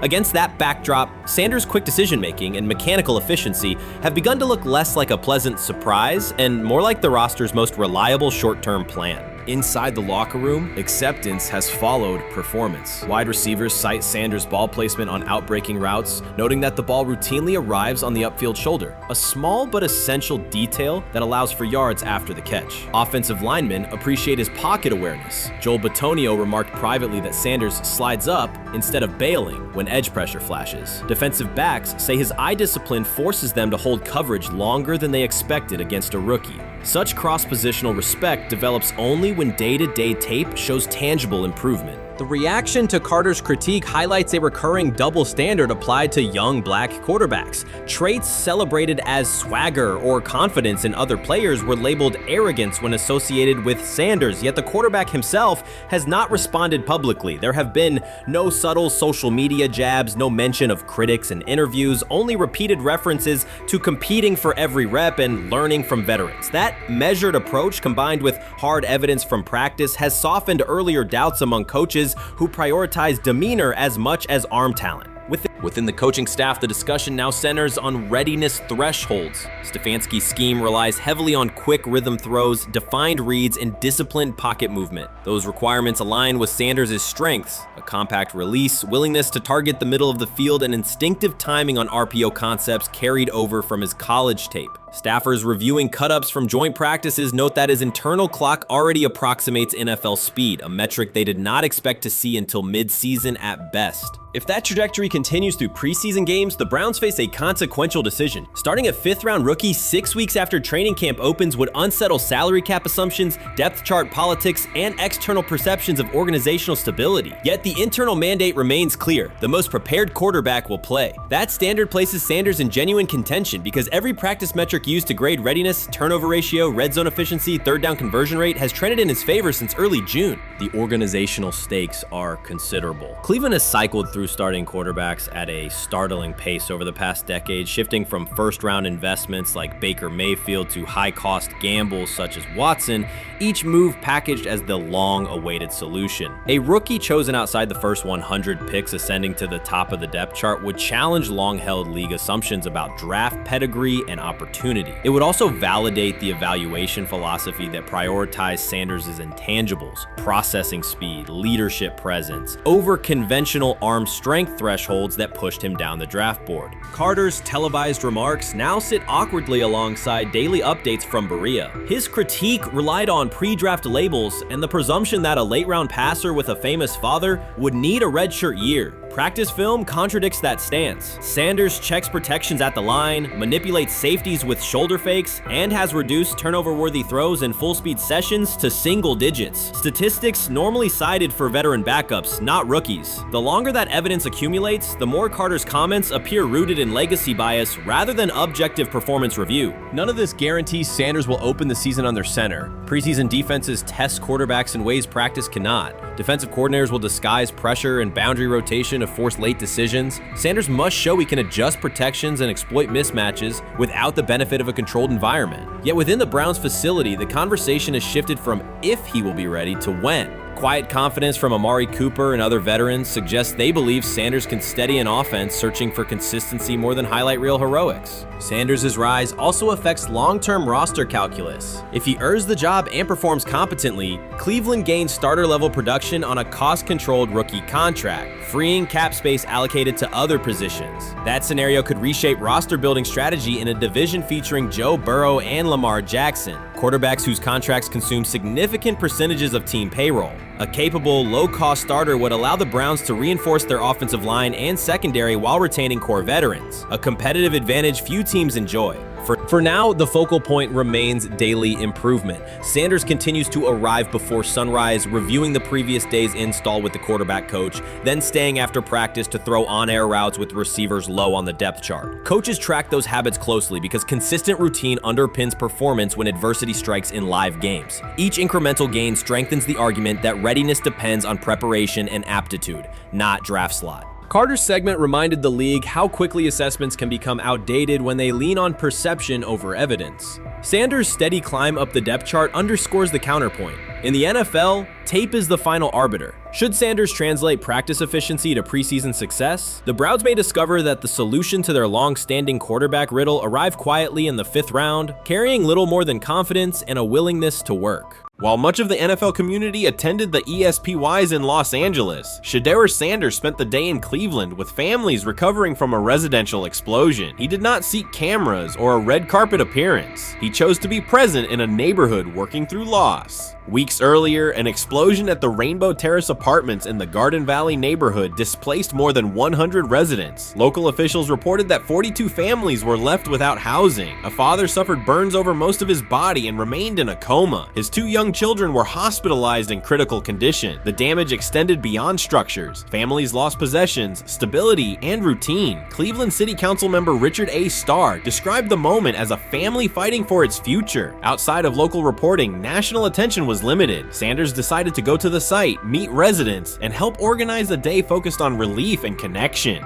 The decision drew questions almost immediately. Some asked why he was not at the ESPYs, others questioned his motives. Sanders did not respond with counter-arguments. He explained simply that he felt an obligation to be present and that he would act on that conviction. This was not a team-scheduled appearance. He promoted the gathering himself, arrived without ceremony, and spent the day with residents. His approach emphasized listening, participation, and time. The event, which he called the Garden Valley Fun Fest, brought a large turnout over several hours. The purpose was straightforward: create space for families to reconnect and for children to play, even as recovery work continued. Sanders threw passes with kids on the blacktop, joined in games, and spoke with parents and grandparents about what they were facing next. He moved through the apartment complex and common areas with minimal staff support. Browns defensive lineman Michael Hall Jr. attended and interacted with residents as well. There were no speeches or staged moments. The focus remained on residents and their needs. Questions about visibility persisted as photos and short clips circulated online. Some criticism framed the visit as a substitute for a higher profile appearance in Los Angeles. Sanders kept to the same message. The priority was to support a neighborhood coping with displacement and uncertainty. He did not present the choice as a protest of any event. He presented it as the correct use of his day. When local media asked about his intent, Sanders said his goal was to provide families with a day of enjoyment and a reminder of community. He added that financial support can help, but that showing up in person also matters. Standing with people, listening to them directly, and offering time. The statement matched the structure of the day. He stayed on site, remained accessible, and left the focus on residents rather than on himself. The timeline mattered to him as training camp approached. Sanders did not connect the visit to his role on the depth chart or his draft position. He kept references to football confined to preparation, learning the playbook, protections, cadence, and timing, seeking guidance from veterans, including Joe Flacco, and staying ready for opportunities when they come. He has repeated that he has time to grow and intends to use it to learn the system and earn trust. The visit did not alter those priorities. He returned to his regular schedule the next day.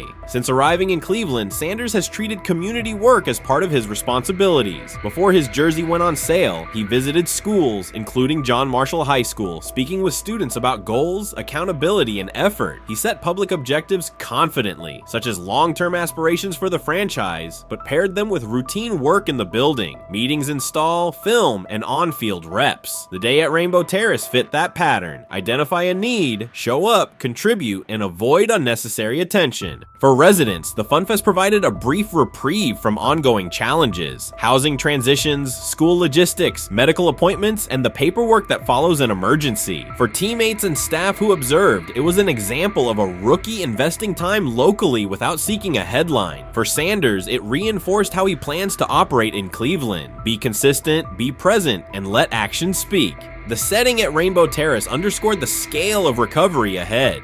Families described the first weeks after the explosion: nights in temporary housing, efforts to replace clothing and essentials, coordination with agencies and community groups. Sanders moved from group to group, speaking with parents about their immediate needs, greeting elders who came to watch the activities, and encouraging kids who wanted to throw a football, run races, or take a photo. He kept the schedule flexible so residents could arrive and leave as they were able. Community partners and volunteers handled tables for supplies, simple games, and refreshments. There were no sponsor banners or organizational pitches. Residents organized as they usually do, checking on neighbors, guiding children, and sharing updates. Sanders' role was clear: participate, make time, and listen. The presence of a recognizable player brought energy, but the purpose remained practical: create a normal afternoon in a place that had not felt normal since the blast. Online reaction covered the full range of opinion. Some posts praised the decision and the event's tone. Others questioned why a rookie would skip a high visibility awards show.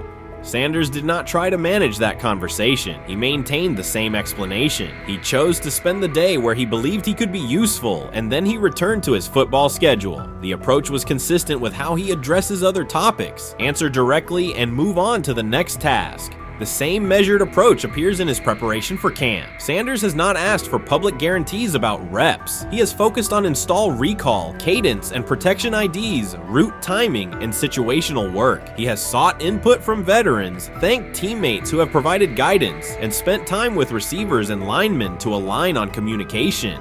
Coaches have emphasized that the quarterback competition is a process, and Sanders has accepted that framework. His emphasis remains on readiness. None of this overshadows the experience and resumes of other players on the roster. It does provide a clearer picture of how Sanders operates as a professional. He separates off-field actions from promotional efforts. He keeps football preparation focused on what he can control. He communicates with teammates across position groups so that timing and expectations are shared. He does not try to steer attention in his favor. He tries to make steady progress. The day in Garden Valley was one example. He arrived without a speech, stayed for hours, and left without an announcement. He did not ask for recognition, he offered time. Residents responded in kind, kids lined up for catches and races. Parents and grandparents asked about camp and wished him well, and neighbors coordinated rides and schedules around the event. The atmosphere felt like a neighborhood gathering, not a media production. Local leaders who were present or who spoke later emphasized that recovery will take months. Families will continue to navigate housing, healthcare, and daily logistics. Events like the Fun Fest do not resolve those issues, but they help sustain community connections and morale. Sanders' contribution was to create a space for that to happen and to treat the day with the same seriousness he applies to practice, plan, execute, and keep the focus where it belongs. As the preseason approaches, Sanders will continue to compete for opportunities on the field. He has said he will be prepared when called upon, and that he understands the importance of mastering details before focusing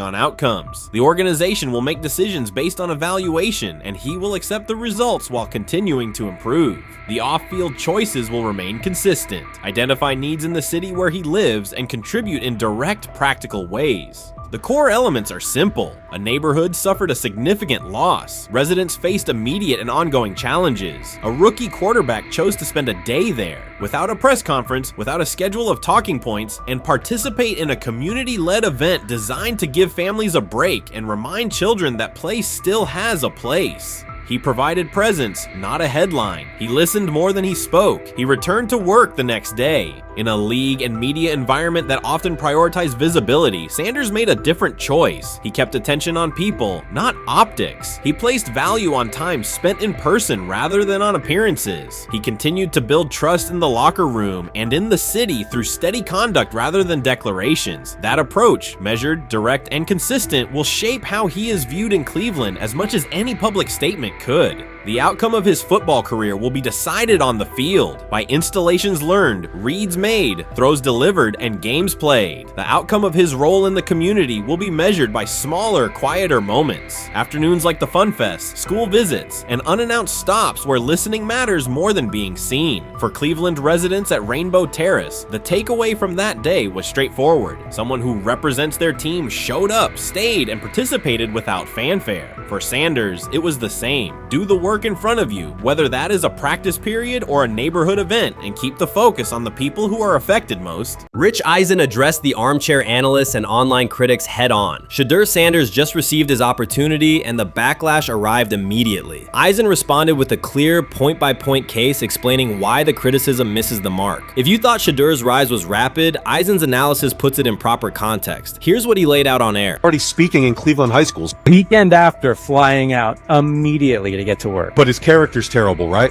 You know, and listen, oh, he interviewed bad, you know. According to who? The New York Giants? No offense, Bert. The same New York Giants that gave Daniel Jones a huge contract and let Saquon Barkley out the door, that's the intel we're trusting here? That was for him to celebrate. He just made, I mean, look, he put in work in college. He had the privilege of being coached by his father, which we all would love and do. Turned around not one, but two programs in college football. And then literally for any athlete, being drafted at the highest level is a success story in itself. Rich Eisen delivered a direct response to the critics. He addressed the online claims reducing Shedeur Sanders to Deion Sanders' son instead of evaluating him as a quarterback on merit. Eisen challenged those assumptions and refocused the discussion on performance, preparation, and opportunity. Say Kenny Pickett had strained his hamstring.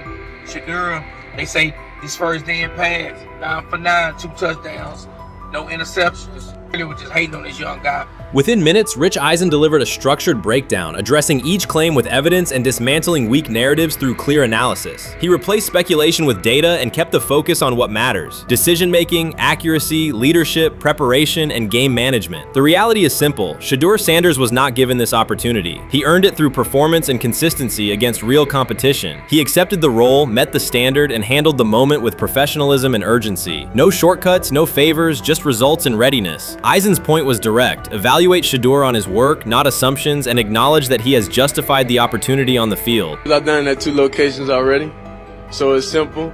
So that's why when people say I'm not, one of the top quarterbacks or the top quarterback, is what are y'all going based off of? because I did it year after year after year. Then you see the progression. So it's like, obviously, it got to be some type of external hate that you have for the family, for the last name, for anything. Because I know I proved myself. While many were still debating whether he was NFL ready, Shedeur Sanders stepped onto the practice field and operated like a clear QB1, setting protections, controlling tempo, and executing the plan. The narrative that he is just flash, media attention, or his father's influence does not hold up against his work in installs, progressions, and situational drills. What he showed was composure, efficiency, and command of the offense. He processed quickly, protected the football, and delivered on-time throws, demonstrating preparation and control. I'm a firm believer. If I wanted Shedeur Sanders at 2, at worst at 33, of course I already think that he's better than other quarterbacks. Because that's the type of talent, that's where I would have picked him at. And if he was at 2 or 33, and he still had this same exact skill set, we would be talking about him starting and playing. Right. Well, there'd only be 3 quarterbacks. It'd be 3 quarterbacks, not 4. 4, yeah. But since he moved to the 5th round, that's cool. They might have to go along with it. But to me, I think if you ask who got the best tools, I'm going with Shedeur Sanders. From the first day of camp, he was not there to get by. He arrived to lead. There was no hesitation in installs, no lapses in fundamentals, just precise timing, clean footwork, and consistent velocity to every level of the field. He managed protections, controlled cadence, and delivered in situational work, showing command rather than learning on the fly. The approach was efficient and disciplined, with attention to detail and progressions and ball placement that reflected preparation, not improvisation. At the same time, Rich Eisen addressed the narrative directly and backed it with evidence. He laid out clips, context, and performance markers to cut through speculation. Eisen emphasized that Shedeur Sanders did not step into this moment because of publicity. He built toward it through sustained work, resilience, and results. The background, media readiness, high football IQ, and a professional approach was developed over years, not days, and it translated to immediate operational control of the offense. The resistance came from familiar places. Some in the traditional guard still framed mobile quarterbacks as limited and expected the nepotism label to define him. That view did not hold up against what was on the field. Composure under pressure, secure decision-making, accurate throws into tight windows, and consistent execution in red zone and 2-minute sequences. Eisen's point was clear. Evaluate Shedeur Sanders on performance and readiness. The evidence shows he earned the opportunity and is meeting the standard with accountability and consistency. Yeah, teams didn't draft him because they didn't think he was first-round talent. And the quote we played and that's on the screen, I think is flatly wrong. We all know this shouldn't have happened. Yes, it should have. It should have happened because this wasn't. Now, again, teams can be wrong. The league as a whole can be wrong. Hell, the Baltimore Ravens drafted a 25-year-old tight end before they drafted Lamar Jackson in the same draft. The die is not cast on who Shedeur Sanders. He stated it plainly. This is not a celebrity appearance. This is a quarterback with pocket presence, leadership, and decision-making that stands on its own. You either show it or you settle into a backup role. Shedeur Sanders is not auditioning. He is establishing himself as the starter. When the opportunity arrived, whether through injury, trade, or depth chart changes, Shedeur was prepared and delivered. He did not hesitate. He executed the offense and finished drives. As others tried to catch up to what they were seeing, Rich Eisen reinforced the same message he has been repeating: evaluate the work. Camp reports have been consistently positive, but the important shift is how the performance is being received. Casual attendees who came to observe left talking about Shedeur's command and poise. Detailed observers focused on his pre-snap reads, protection checks, and audibles, highlighting the mechanics, timing, and ball placement that support efficient, controlled play. This is exactly what he says. I'm told the footage of Shedeur Sanders meeting with the Giants is so bad that both the Browns and the Sanders family have threatened legal action if it is published. The New York Giants have released audio from their draft interview with Shedeur Sanders, and the disclosure has drawn intense public reaction. Fans want to know whether Sanders made critical remarks and why the Giants shared material that should have remained confidential. The situation revolves around an open microphone, contentious comments, and the broader implications of the leak. The New York Giants published a brief, edited segment from their interview with Shedeur Sanders and withheld the remaining footage. Observers are debating whether this was a strategic public relations decision or an attempt to discredit him. The team has offered no additional explanation, and many fans view the limited release as inadequate and potentially misleading. They are demanding full transparency and accusing the organization of orchestrating a negative narrative. While criticism of Sanders is vocal, his supporters are responding with equal intensity. There was another team that he sat down with. What do you mean it didn't go well after that? So, he was pissed that they did that to him. They did that to him. He counter-confronted The them. same thing they do to every other quarterback prospect. They did that to him. They slide in a mistake to see if you catch it. Right. And so because you're the quarterback. But he didn't take it as a correction. He took it as like he got pissed off. Yeah, and it's like so here's another one. So another one was, he throws a bad interception, and it was a deep throw early in the game, and he comes back and they go in the meeting, they show the interception. The Giants have released only a brief excerpt of the interview and are refusing to share the rest. Their decision has drawn criticism across TikTok, X, and Facebook, where many see it as a poorly handled public relations move. Fans are calling for the full recording to be published so the situation can be judged in its entirety. The GM is on film that the son, they asked the son last draft, yo, who you think I should pick? His son yo, you need to get the Jaden Daniels, big. This is what his son, it's on tape. You should go Jaden Daniels. He laughing at his son. And all right, cool, get Jaden Daniels. I don't even know how that tape got out. I wouldn't have let the shit get out. Shedeur Sanders appears unfazed by the situation. Although the Giants suggested he was more hype than substance, their handling of the interview has instead elevated his visibility. Analysts across major sports outlets are now discussing him more than before, keeping his name prominent in the news cycle. New York Giants, where these tapes at? You hear me? Because if Shedeur Sanders was so unprofessional, y'all would have leaked the tapes for the whole world could see, right? Cause understand, it's a lot of he say, she say. But one thing I do know, as a young black man growing up in this world, being straightforward and not sugarcoat anything. The Giants' PR team appears to reject Sanders' family connection outright, a decision many view as unprofessional and lacking nuance. Internal discussions seem to have dismissed quarterbacks with prominent relatives as poor fits for the organization, revealing limited awareness of public perception. The response was swift. A single edited clip ignited widespread debate on social media, with fans asking why essential segments were held back and what the team might be hiding. Critics argue that if the full interview contains nothing damaging, the club should release it in its entirety. Online discussion intensified immediately and continues to gain momentum. What they do during the film and the combine and the meetings is teams will install mistakes intentionally planted in the install, and they want you to catch them. Shedeur didn't, and when a coach called him out, once again, it didn't sit well. It's like, bro, there's not many teams needing quarterbacks, especially since Pittsburgh appears to have a deal with Aaron Rodgers and Tennessee's getting Kale Moore. The Giants' decision to withhold the full interview has produced an unintended result. Instead of diminishing interest in Shedeur Sanders, it has intensified it. Media outlets and analysts are now examining every on-field rep, press comment, and public appearance as evidence of how he conducts himself under scrutiny. Each throw, adjustment, and answer is tracked and evaluated against league standards, reinforcing the view that he remains composed and professional. Many fans contend that the organization has misrepresented Sanders and suggest the issue may stem from the Giants' view of his father, Deion Sanders.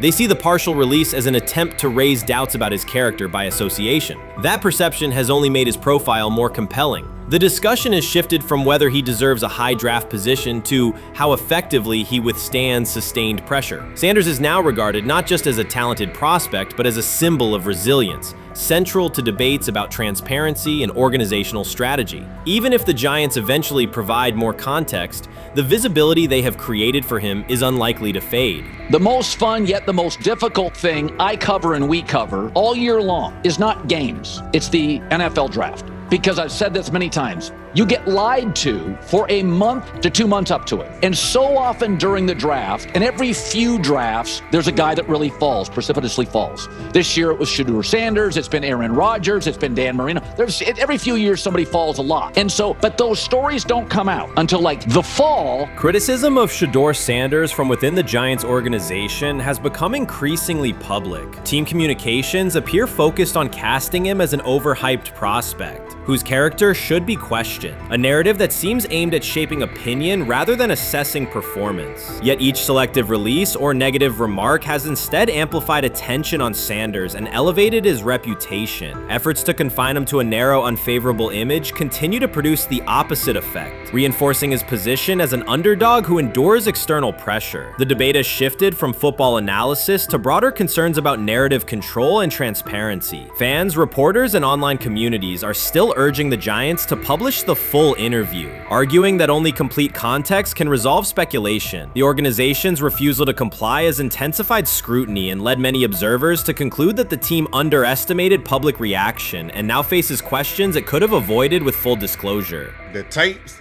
the New York Giants have the tape. They definitely have the tape. It's confirmation that they had the tape. Shedeur didn't do nothing. It's what they saying he did. I'm gonna tell you what these mixed reaction right here. So we already know about the New York Giants, but the Pittsburgh Steelers head coach Mike Tomlin reported Miles Sanders' talent, but hesitated to draft him due to previous challenges with quarterbacks like Russell Wilson and Justin Fields, leading to more cautious approach. Las Vegas Raiders. Sanders met with Raiders at the NFL scouting combine and expressed enthusiasm about potentially joining the team. His familiarity with the West Coast offense and quick release was noted positive, though concerns about his ceiling. Hours after the Giants posted that short audio clip, the timeline never slowed. Comment threads filled with frame-by-frame breakdowns, lip-read attempts, and side-by-side comparisons of what was said versus what was left out. Reporters called league contacts. No one could explain why a franchise would stir this level of curiosity only to seal the vault. Each refusal sharpened focus on Shedeur Sanders, turning routine throws into national talking points.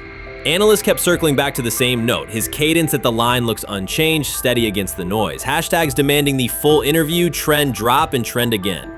Podcast hosts bump scheduled segments to lead with the leak. Rival teams get asked how they would handle a similar situation, then quietly check their own archives. Inside Giants headquarters, the plan to shape the story looks less like strategy and more like a slow burn spotlight they can't switch off. And now every preseason snap, every media availability, every stray sideline camera angle gets fed into a loop that asks, what are they still hiding? The file remains locked. Curiosity keeps compounding. Until someone presses upload or steps to a podium and explains the redactions, the subject drifts away from depth charts and play design, fixing instead on secrecy, control, and the risk of underestimating how fast attention turns pressure into permanence. Momentum isn't fading, it keeps recalibrating, louder, impossible to mute. How you feeling? I'm getting there. You see what I got on, right? That's why I was asking how you help for it. Yeah, I'm getting there. See? Brian, what they have to? I had blood clots. Okay. And they amputated, but I work with it. Man. Yeah, I'm amputated. So I get that worked on a couple times a day, keep the blood circulating, blood flowing, but it's a new normal. And the best thing about here, we have a whole medical team on the second floor. Right. We have a whole medical floor, which is great. Deion Sanders is shaken, this time not by a hit on the field. In a sudden turn, Ryan Clark has uncovered a serious plot affecting Shedeur Sanders' NFL draft status, and the disclosure is reverberating across the sports community. What once looked like a simple scheduling delay may actually be a calculated effort to undermine Deion's son.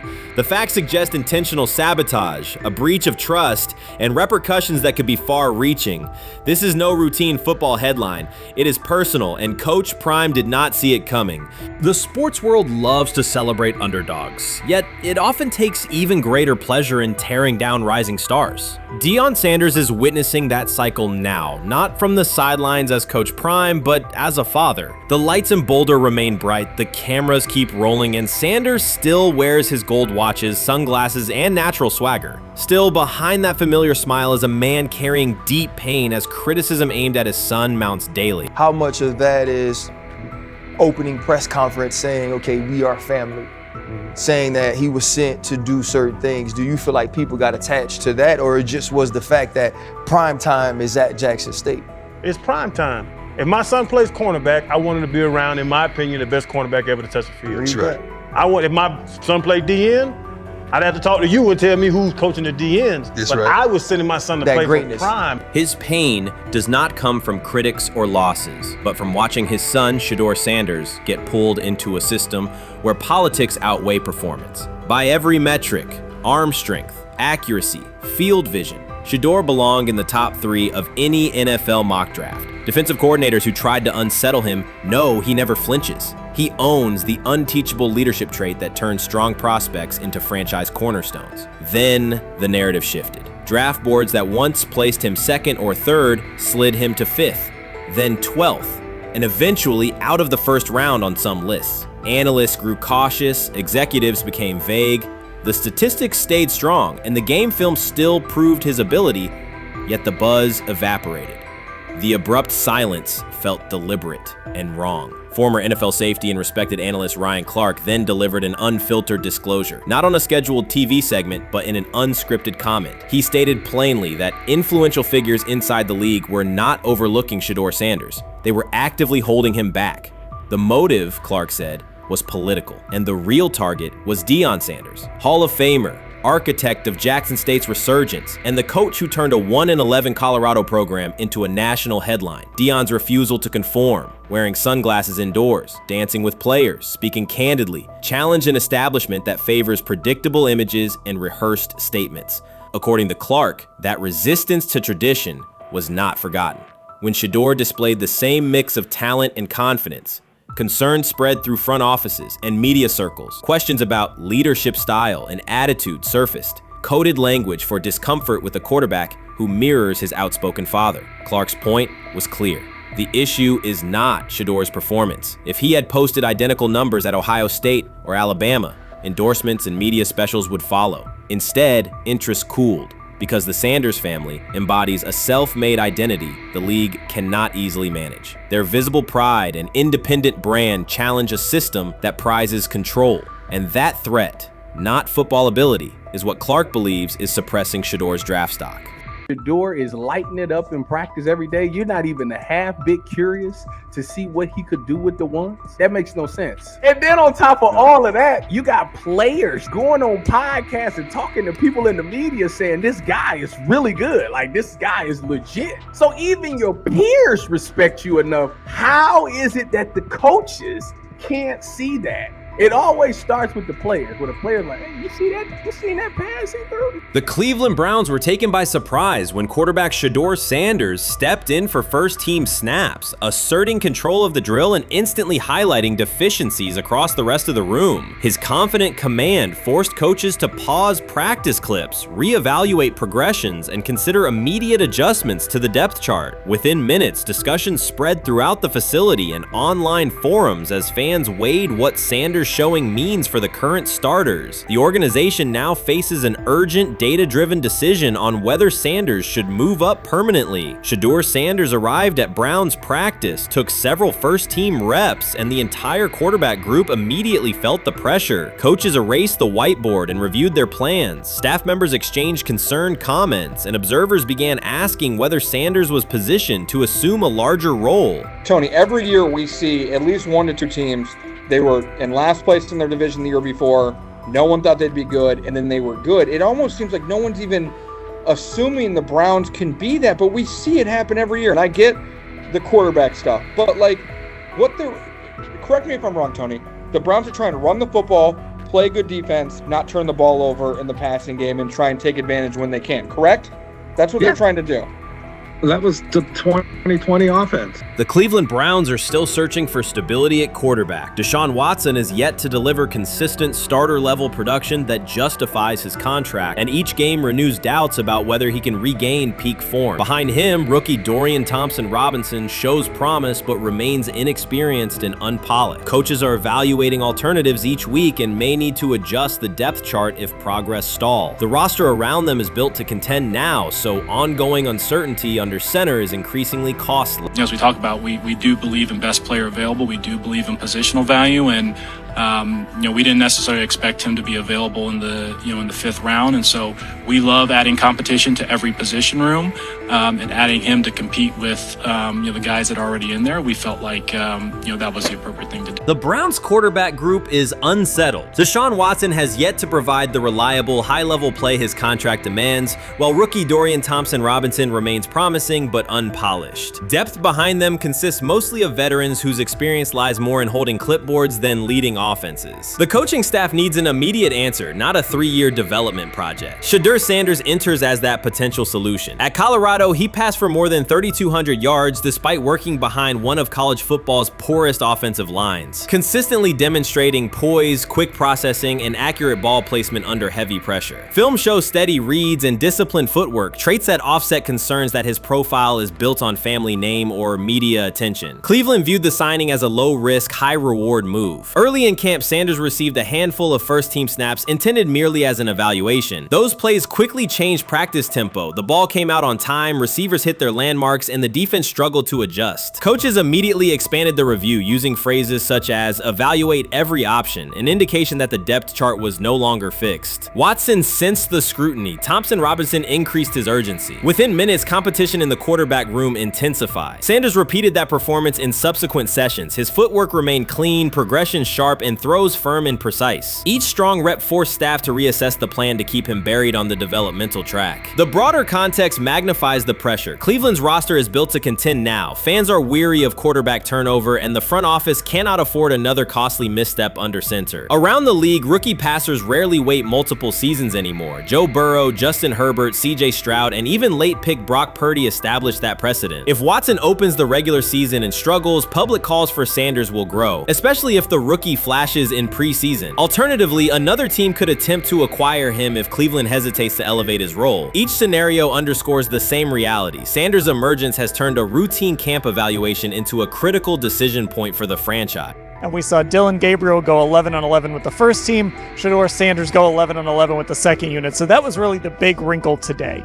Yes, and of course, it was the first time that we have seen Shedeur Sanders get any of those coveted 11-on-11 reps. Of course, again, it wasn't with the first team offense or against the first team defense, but it's progress. And that means that he's going in the right direction, that the arrow is pointing up. He's coming up the learning curve. So that's good for him.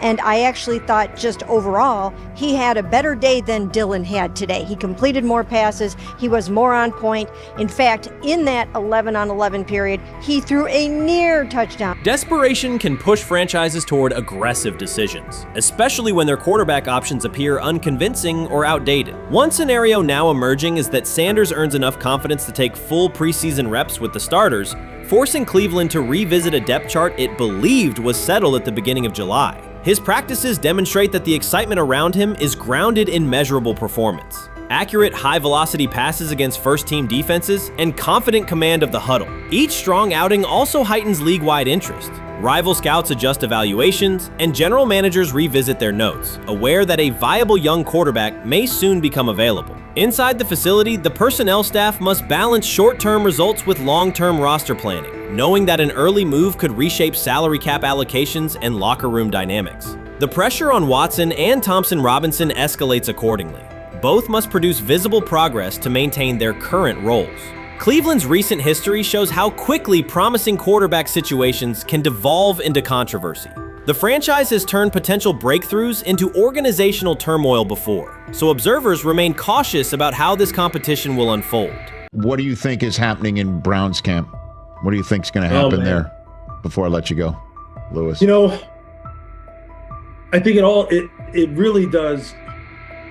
It really does all depend on how Kevin is able to, as it relates to Shedeur, work him in enough. Well, one, Shedeur has to earn the right for Kevin and the staff to have discussions about, hey, we got to get him more reps with the ones and twos. We got to get him more reps with the ones and twos when we're going team period, not just walkthrough or not just 7-on-7, team. Louis Riddick reacted sharply on air after viewing practice footage from the Cleveland Browns. The clip showed quarterback Shedeur Sanders executing a string of precise throws while the Browns head coach watched with a broad smile. Riddick questioned whether the session was focused on evaluation or celebration, arguing that visible enthusiasm from the staff could cloud objective assessment of a rookie's progress. Earlier in the segment, Riddick's tone had been measured once the Sanders highlights appeared. He criticized the perception that a routine practice was being treated like a marquee event. He stressed that coaching reactions should remain subdued until performance translates into game situations. Riddick concluded by calling for accountability and asking the Browns to clarify how they plan to manage expectations for Shedeur Sanders as training camp continues. Couldn't imagine me myself saying, hey, you know what, as someone who has been at the very bottom to try and ascend to like some level of success, I could never imagine going, you know what would be really cool? I'm gonna play a joke on someone like this and make pretend that I'm a GM and I'm drafting you when actually I'm not, and then I'm gonna hang up and just giggle about it. Man, what the hell are we doing? Seriously, what are we doing when we think that that kind of crap is funny? I don't know. Trying to get likes on TikTok. I don't have the right words for it. Right, Louis, I'm gonna say this. I don't have the right words for it. Few situations unsettle a former front office executive faster than watching coaches celebrate a rookie quarterback before pads come on in August. In Louis Riddick's view, the Browns staff did more than acknowledge promise. They acted as though they had already secured their franchise leader. Throughout the session, Shedeur Sanders delivered 40-yard throws off his back foot, ran crisp 2-minute drills, and displayed steadiness rare for a first-year player. According to reports, each successful rep drew audible admiration from the sideline, highlighting how quickly enthusiasm has escalated. When Riddick reviewed the same practice tape and heard the glowing comments, he challenged the reaction on live television. He argued that a few controlled drills should not override the methodical scouting and development work that normally guides roster decisions.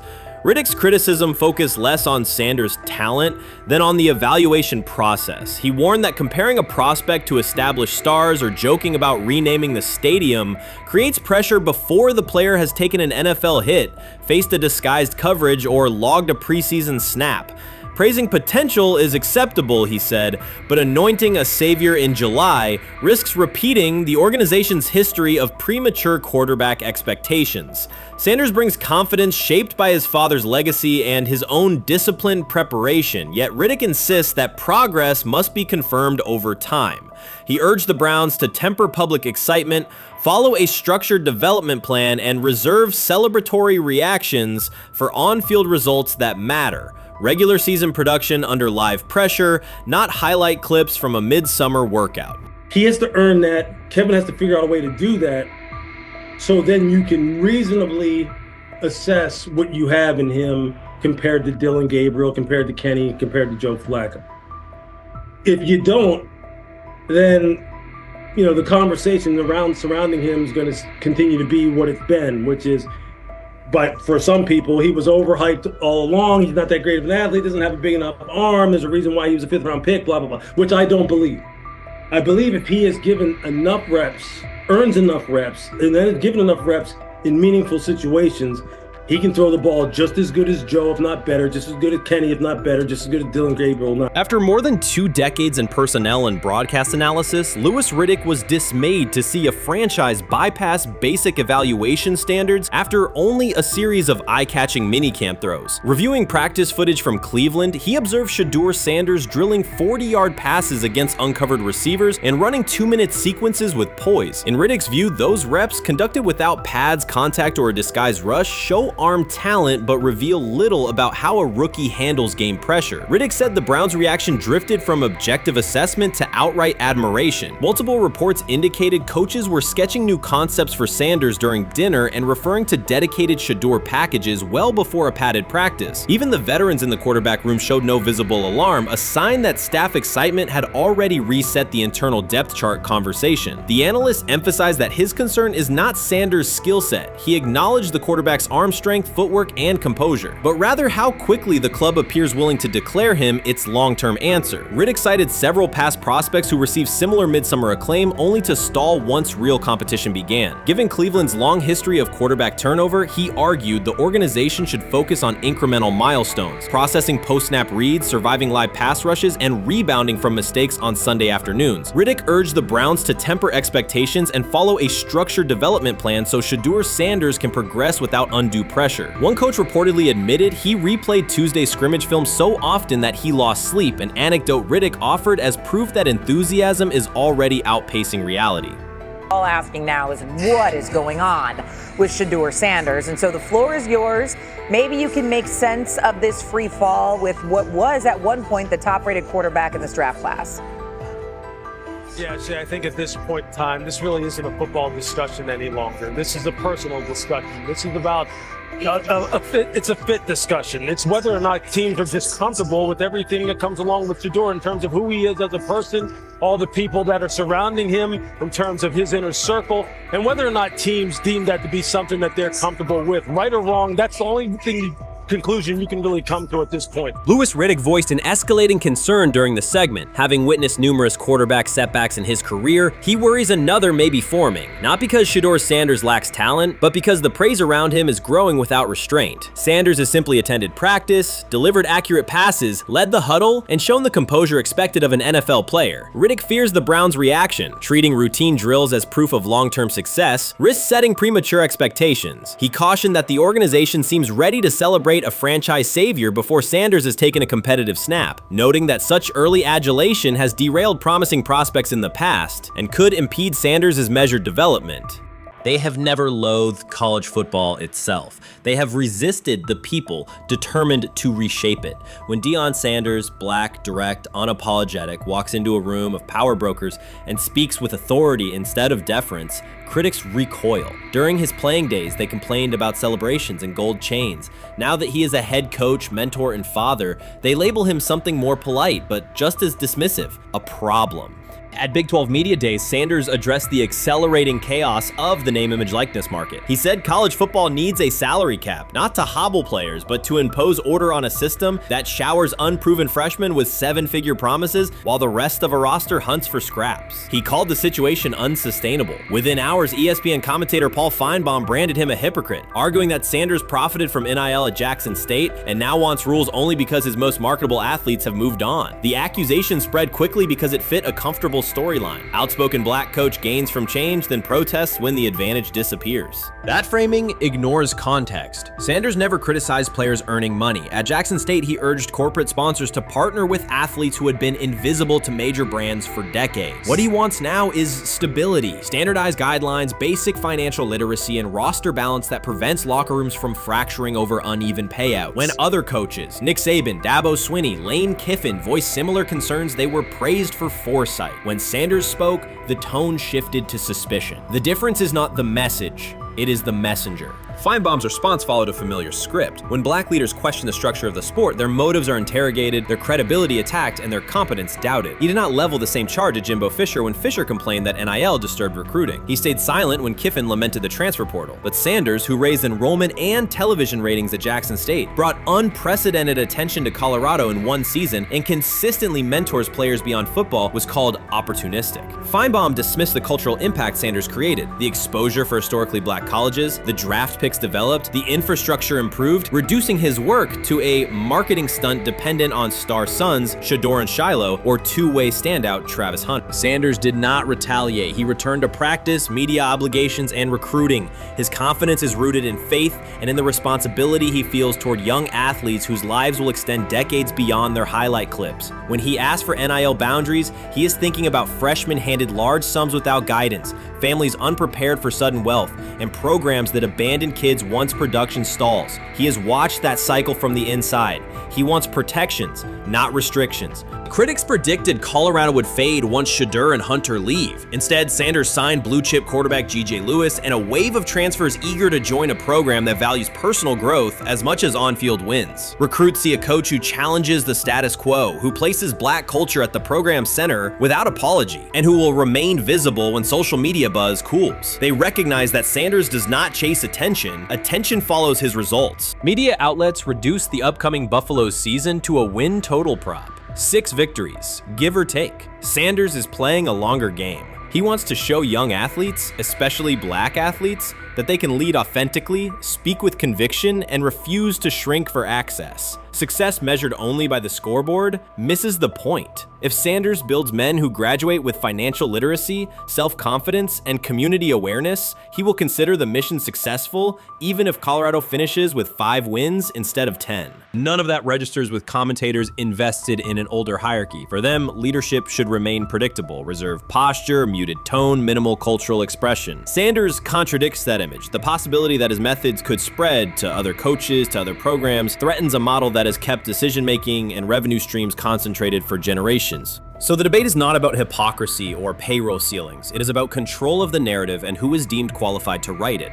Sanders refuses to surrender that authority. He knows order is necessary. He also knows whose voices have been ignored whenever real reform is discussed. By speaking plainly, he forces television panels, athletic directors, and conference commissioners to confront issues they would rather defer: financial education, equitable resource distribution, and consistent national standards. Whether Colorado exceeds betting lines this fall will not change the trajectory Sanders has already set. He made Boulder relevant, energized recruiting beyond traditional power corridors, and broadened college football's cultural reach. That influence will persist long after social media debates cool. If his call for NIL structure eventually becomes policy, as the NCAA and Congress now contemplate, Feinbaum's soundbite will fade while Sanders' imprint endures. In the end, accusations of hypocrisy say more about the accuser than the coach. Sanders has remained consistent: empower athletes, hold adults accountable, and inject stability before unchecked money corrodes the locker room. The people who stand to lose clout in that environment prefer the chaos they can manipulate. Sanders prefers a system that nurtures the players who make the sport worth watching. His advocacy is rooted in experience, not self-interest, and his critics will have to decide whether to engage with that reality or keep shouting from the sidelines. Watson says he has been mentoring Shedeur Sanders at the quarterback position.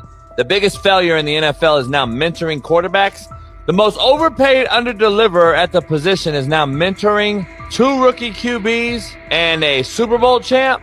So what exactly are you mentoring him at? You have had 24 civil lawsuits that you paid off to go away. And when you play, you are as ass as those massage therapists are, apparently.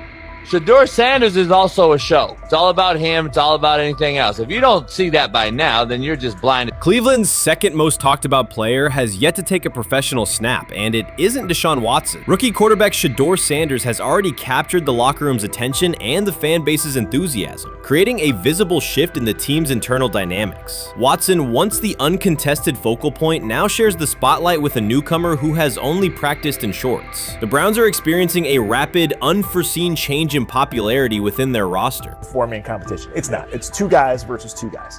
It's the 2 older guys to be the starter. Yeah. It's the 2 younger guys to position themselves however it may be. Right. Show little improvement every single day.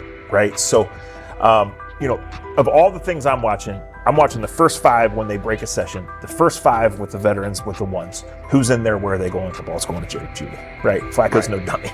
Lasts as long as he has. Right. He can really whiz it.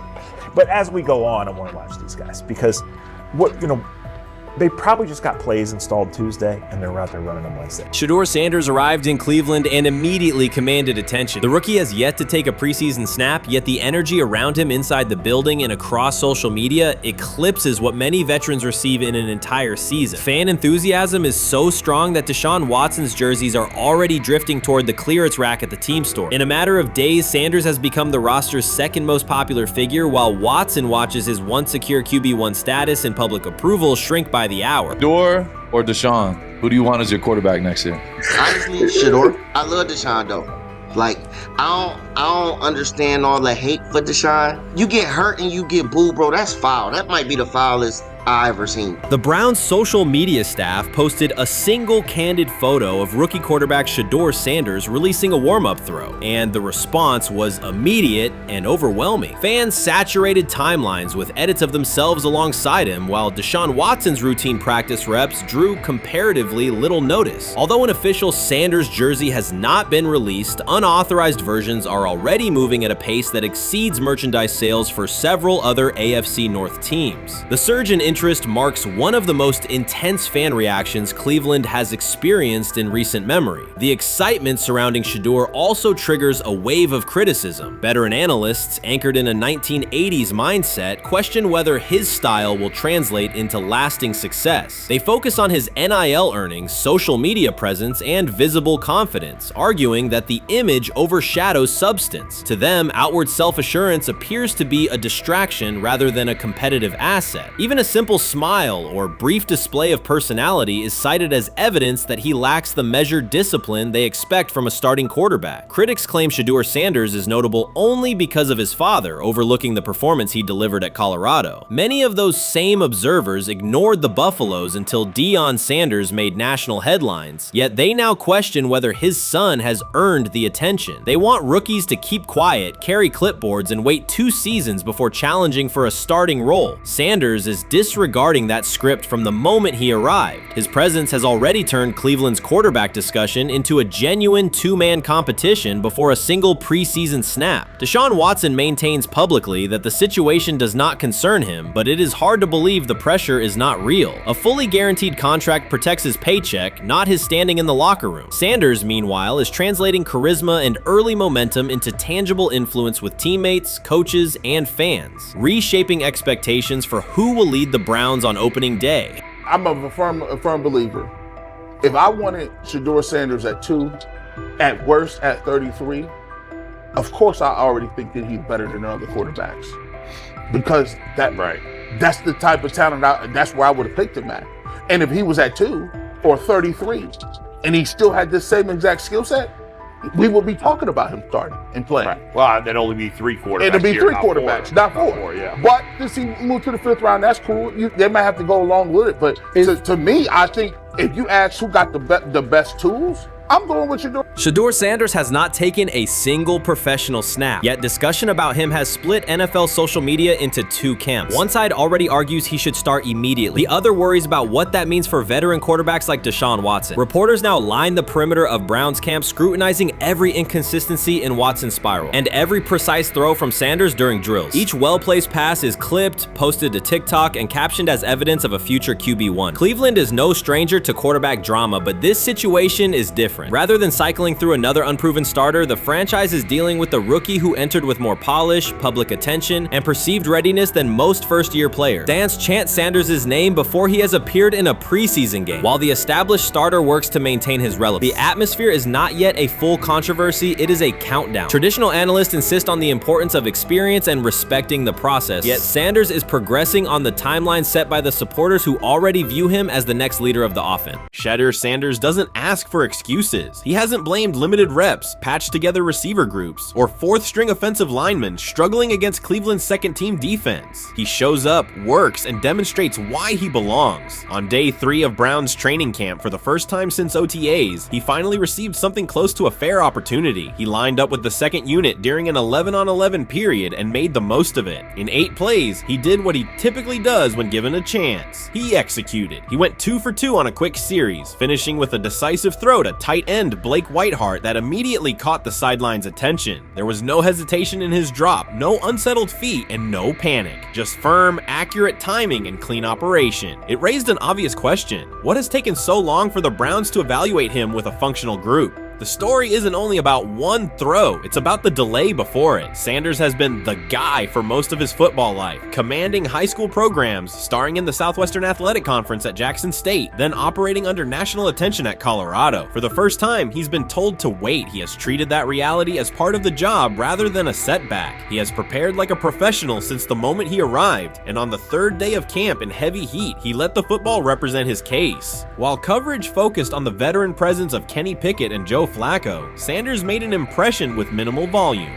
The difference with the second team was immediate. Protection held up, routes were on schedule, and progressions unfolded as designed. Within that structure, he looked like the quarterback who led efficient offenses at Jackson State and Colorado. Calm in the pocket, decisive in his reads, and accurate to tight windows. This was not simply a good practice period, it was a clear statement. He was not just operating the script, he was directing it. The timing was sharp, the reads were clean, and the seam throw to Whiteheart was a high-level anticipation throw, professional in placement and pace. The narrative around Sanders should reflect that when he is placed in a workable situation, his strengths are visible. Early work with 4th unit personnel included protection issues and unreliable spacing. With the 2nd unit, those variables stabilized and his work looked consistent with his resume. The performance supported a straightforward conclusion. The evaluation should move forward with higher quality reps. Sanders has been explicit about his approach. He does not request special treatment. He intends to be prepared so that when an opportunity appears, he can step in without a drop-off. He has said he wants to be ready for anything and not offer explanations after the fact. That mindset fits what teammates and coaches have observed. A quarterback focused on the assignment, not the conversation around it.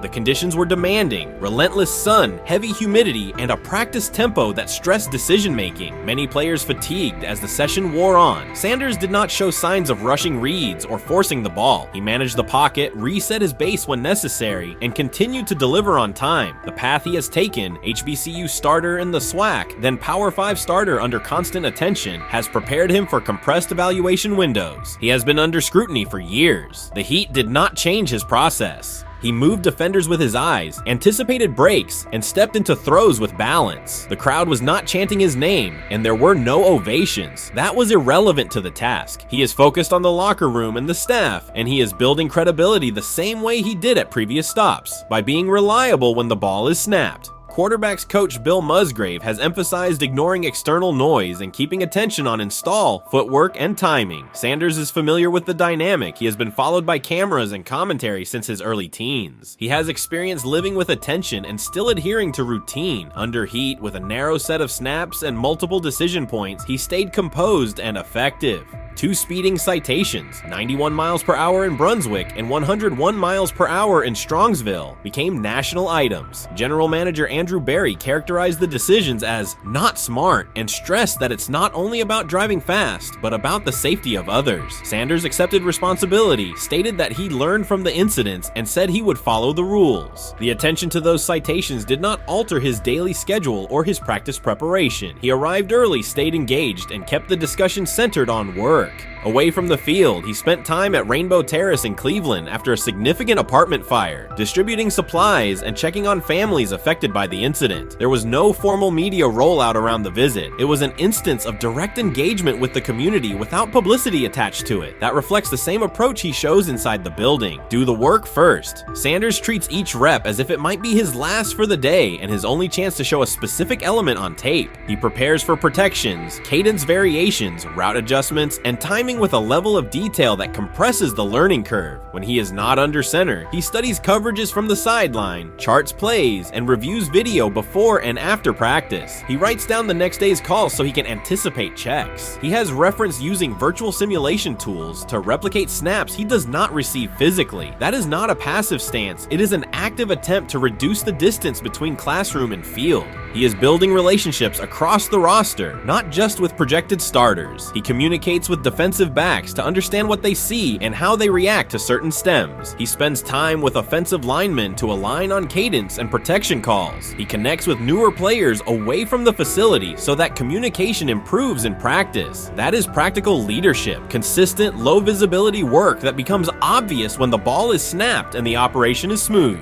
3 days into camp, a central question remains. Why hasn't he taken a first-team rep? Flacco has seen work. Pickett has seen work. Dillon Gabriel has been cycled in. Sanders has remained behind all 3 on the depth chart while producing efficient periods when provided stable support. Head coach Kevin Stefanski has not publicly detailed the plan for distributing first-team snaps among the quarterbacks. When asked, Sanders answered that it is not his place to comment on rotation decisions. That response aligns with his day-to-day conduct, respectful, professional, and centered on the next assignment. The staff is managing a room with a Super Bowl MVP, a former first-round pick, multiple rookies, and a new set of combinations on the offensive line. That creates a set of decisions about exposure, pacing, and evaluation windows. Within that context, Sanders has presented a clear case for additional evaluation. He has shown he can execute the offense as designed when the variables are standard. Musgrave has a long-standing connection with the Sanders family through his time as a teammate of Deion Sanders in San Francisco. That familiarity supports direct communication. It does not guarantee anything about the depth chart, but it does help streamline teaching, feedback, and expectation setting. Inside the defensive back room, veterans such as Denzel Ward have provided perspective on timing, leverage, and eye discipline that Sanders has incorporated into his preparation. He is operating without the immediate family structure that defined his college environment. Away from his brother Shiloh and his father Dion, he is managing his own housing, nutrition, recovery schedule, and all the smaller tasks that accompany an NFL routine. Those adjustments matter because they influence consistency across a long camp. He has treated those responsibilities as part of the job rather than distractions, which is reflected in a steady daily approach. What he showed on day 3 with the second unit was not a surprise to those who have tracked his prior work. It was a continuation of a profile: efficient sequencing, clear timing, and consistent ball placement when protections and routes hold up. The 8-play period was short, but it was enough to reinforce the point. He doesn't need a large sample to demonstrate baseline operation. He needs a fair sample to test ceiling and adaptability. There is also the matter of perception. Public attention concentrated on the speeding tickets and the general manager's response. Less attention fell on the preparation, the efficient period with the second team, or the community engagement at Rainbow Terrace. That imbalance is common in training camp narratives. Sanders has handled it by keeping his answers simple and his focus on football. He has not tried to redirect the conversation. He has done his work and waited for additional reps. The objective next step is straightforward: expand the evaluation with higher unit personnel and standard opponents. That does not require a complete reshuffling of the depth chart. It requires allocating a defined sequence of first-team snaps so that timing with starting receivers and protections with starting linemen can be measured on tape. The staff can then compare operation speed, accuracy under pressure, red zone decision-making, and 2-minute mechanics against the other quarterbacks. That is the most direct way to clarify the competition. None of this dismisses the experience or track records of the veterans in the room. It emphasizes that the purpose of camp is to test assumptions with current performance. Sanders has provided enough evidence with the second unit to justify a broader look. He has shown that the pace of his feet matches the pace of his eyes, that he can hold safeties with his shoulders, and that he can drive intermediate throws without float. He has also shown discipline to take the clean completion rather than force the vertical shot when leverage dictates otherwise. Every day, he has addressed the controllable items: meetings, note-taking, install recall, cadence management, and post-practice review. He has not asked for public guarantees. He has asked for an opportunity to compete on comparable terms. The 8-play sequence with the second unit was a small but clear example of what he can do when those terms exist. The staff's communications have been measured. Stefanski has not laid out a schedule for first-team rotations publicly. Barry addressed the speeding incidents directly and emphasized standards for decision-making off the field. Sanders accepted the criticism, adjusted his behavior, and moved forward. Those are the relevant facts. What remains is a football evaluation that can only be completed by giving him snaps with the top group and measuring the results. If that evaluation occurs and he performs at the level he showed with the second unit, the conversation will shift from potential to placement. If it does not occur, the question will persist through camp. Why not test the full picture? Sanders has built a case based on preparation, poise, and execution. He has demonstrated leadership by building relationships across the roster. He has shown maturity in handling external issues directly and moving on. He has given the staff reasons on the field and in the building to continue the process. 3 days into camp, he has answered everything within his control. He has shown growth, discipline, and consistent operation. He turned early fourth-team disarray into learning, then executed cleanly when moved to the second unit. He kept the discussion on football when outside topics threatened to dominate. He has not tried to win a press conference. He has tried to win every rep. If he continues to stack days like this, the next step is logical. Evaluate him with the starters, document the results, and let the tape determine the depth chart. Until then, he will continue to prepare, continue to compete, and continue to present the same message through his play. So the Shedeur Sanders, I want to talk about this. So here's a prime example. Shedeur Sanders, they had 3-day mini camp for the Cleveland Browns. And now Jimmy Haslam actually has some money. The Bengals owners and the Rooneys are near the bottom of the league in net worth. But what the Browns have is what I would call the Buffalo Bills used to have this years ago, pre-Josh Allen. What are Browns veterans saying about Shedeur Sanders behind closed doors? According to internal discussions, the feedback goes beyond casual praise. Several veterans describe his performance as franchise level. Private locker room conversations compare his command of the offense to established starters. And one senior assistant reportedly called him Sunday ready after a single walkthrough. The consensus is that front office staff and coaches have taken serious notice. Inside the Browns facility, informal conversations circulate among players and coaches. These remarks carry significant weight in personnel evaluations and often influence practice rotations. When veterans speak this strongly, the message typically reaches decision makers quickly, especially during roster planning. In short, the internal perception of Sanders is already affecting how the staff views the current quarterback depth chart. Browns vets kind of weigh in on Shedeur Sanders and how he's been since he arrived in Cleveland, in Pound Town. And I think it's very, very important that we discuss it, because it'd be really easy for these vets to, this wasn't like a on the record interviews. This is just kind of back channels into what the vets are saying, the rumors, but the sources telling us.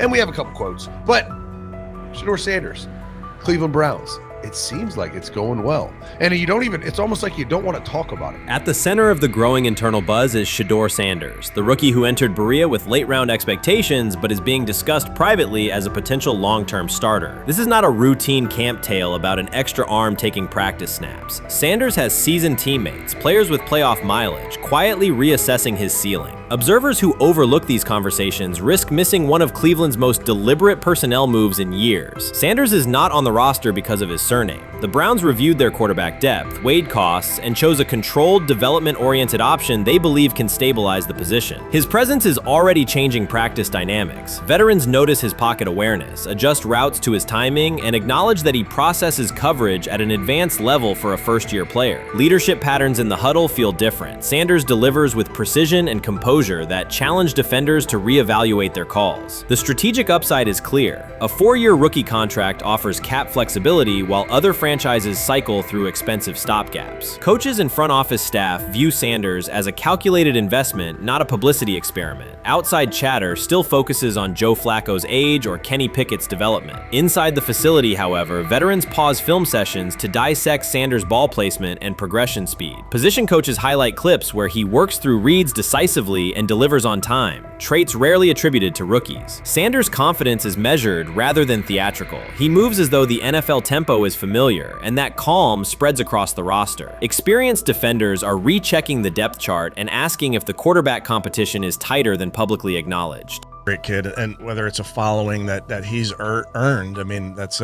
something that he's done a great job of interacting with fans, and but he is a great kid. You guys will get to know him more. He's working like crazy, just like all the guys. He's another young man. These rookies, my office is downstairs. As they got to walk by my office as they come in. They come in early. And Shedeur, just like all those guys, he's in there early. He's getting his work done. He has not yet secured the starting job. Evaluations so far come only from brief practice periods, no comeback drives, no national headlines, just steady execution in shorts and helmets. In a league that celebrates splashy debuts, Shedeur Sanders is earning trust rep by rep. Veterans typically withhold judgment until late in camp, yet several are already studying his footwork and timing, which suggests genuine respect. Inside the building, coaches sense that the Browns may have finally found a stabilizing presence at quarterback. Cleveland's recent history underscores why this matters. The team has started 9 quarterbacks over the past 2 seasons, an indicator of instability rather than depth. Sanders arrives with composure, arm strength, and a well-known surname, so any sign of readiness is magnified. Financial context also plays a role. The Browns are allocating a significant portion of the salary cap to Deshaun Watson, whose performance has not matched that investment. To manage costs, the front office signed 4 additional quarterbacks on low-impact contracts. Together, they account for far less than Watson's annual cap figure. If Sanders continues on his current trajectory, that structure could give Cleveland both competitive clarity and much-needed financial flexibility. He's the only person who's come out and say, hey, man, this dude look kind of good, man. Let me tell you what I heard. A lot of people reaching out to players in the locker room and stuff. To me, I think this is it's a red herring.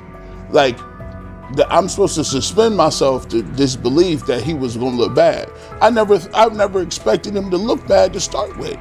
The 5th round quarterback stuff, that's involving perceptions, pre-draft analysis, and other teams. Cleveland's veterans have endured every kind of quarterback turmoil: poor reads, major injuries, shaken confidence, and sideline disputes. When a young quarterback like Shedeur Sanders steps in and appears composed rather than overwhelmed, people notice. The attention comes not just from coaches and reporters, but from the linemen and defensive leaders who have watched previous backups struggle. They are not exchanging doubts, they are sharing nods of approval. Sanders demonstrates instinctive pocket awareness, reliable accuracy, and steady poise, qualities that quickly circulate through team conversations. After years of instability under center, the Browns need someone who can remain calm and effective deep into the season. Although expectations have fallen over time, genuine interest is growing. Praise is coming from teammates who rarely commend anyone unless his performance demands it. Many observers declared Deion Sanders was finished. They argued that his public style attracted unnecessary attention, that his health had deteriorated too far, and that his coaching career was approaching an abrupt conclusion. They misread his resolve. When speculation intensified, Sanders did not schedule a press conference or issue a formal statement. Instead, he released a short video recorded at his Texas home, walking alongside recording artist Lil Wayne. The footage established two facts. Although Sanders still walks with a limp, he remains active, and he intends to return to the sideline.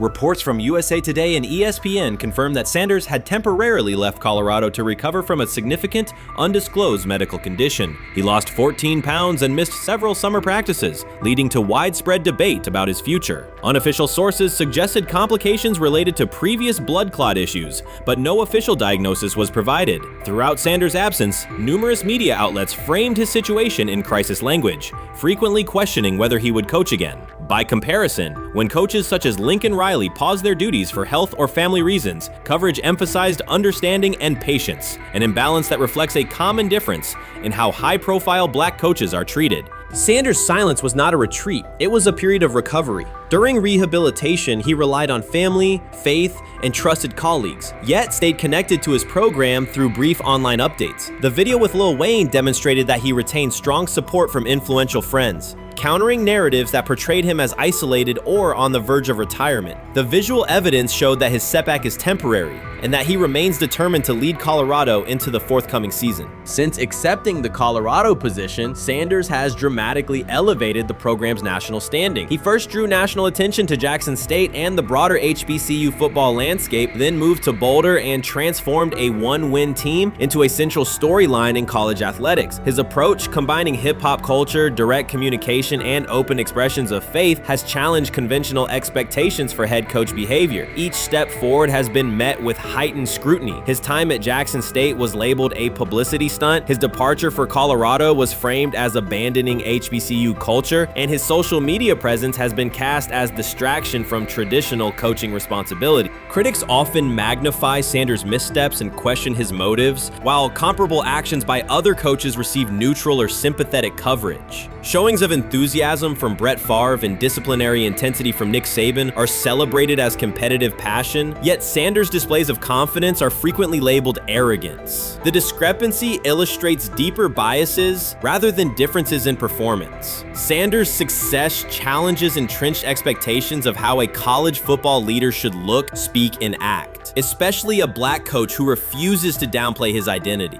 During his convalescence, Sanders maintained close communication with his staff and athletes, reinforcing the standards he had established: discipline, accountability, and belief. The program's daily messaging continued to emphasize preparation and resilience, signaling that Sanders' influence persists even when he is away from campus. Athletes echoed his mantras during workouts, confirming that his leadership extends beyond physical presence. Sanders acknowledges the seriousness of his medical challenge, but has refused to let it define him. He has publicly discussed leaning on scripture and prayer, explaining that his purpose as a mentor, father, and coach extends beyond personal adversity. In that context, the video of him walking in the Texas sun was less a strategic media effort than a straightforward demonstration of continued commitment to his team and mission.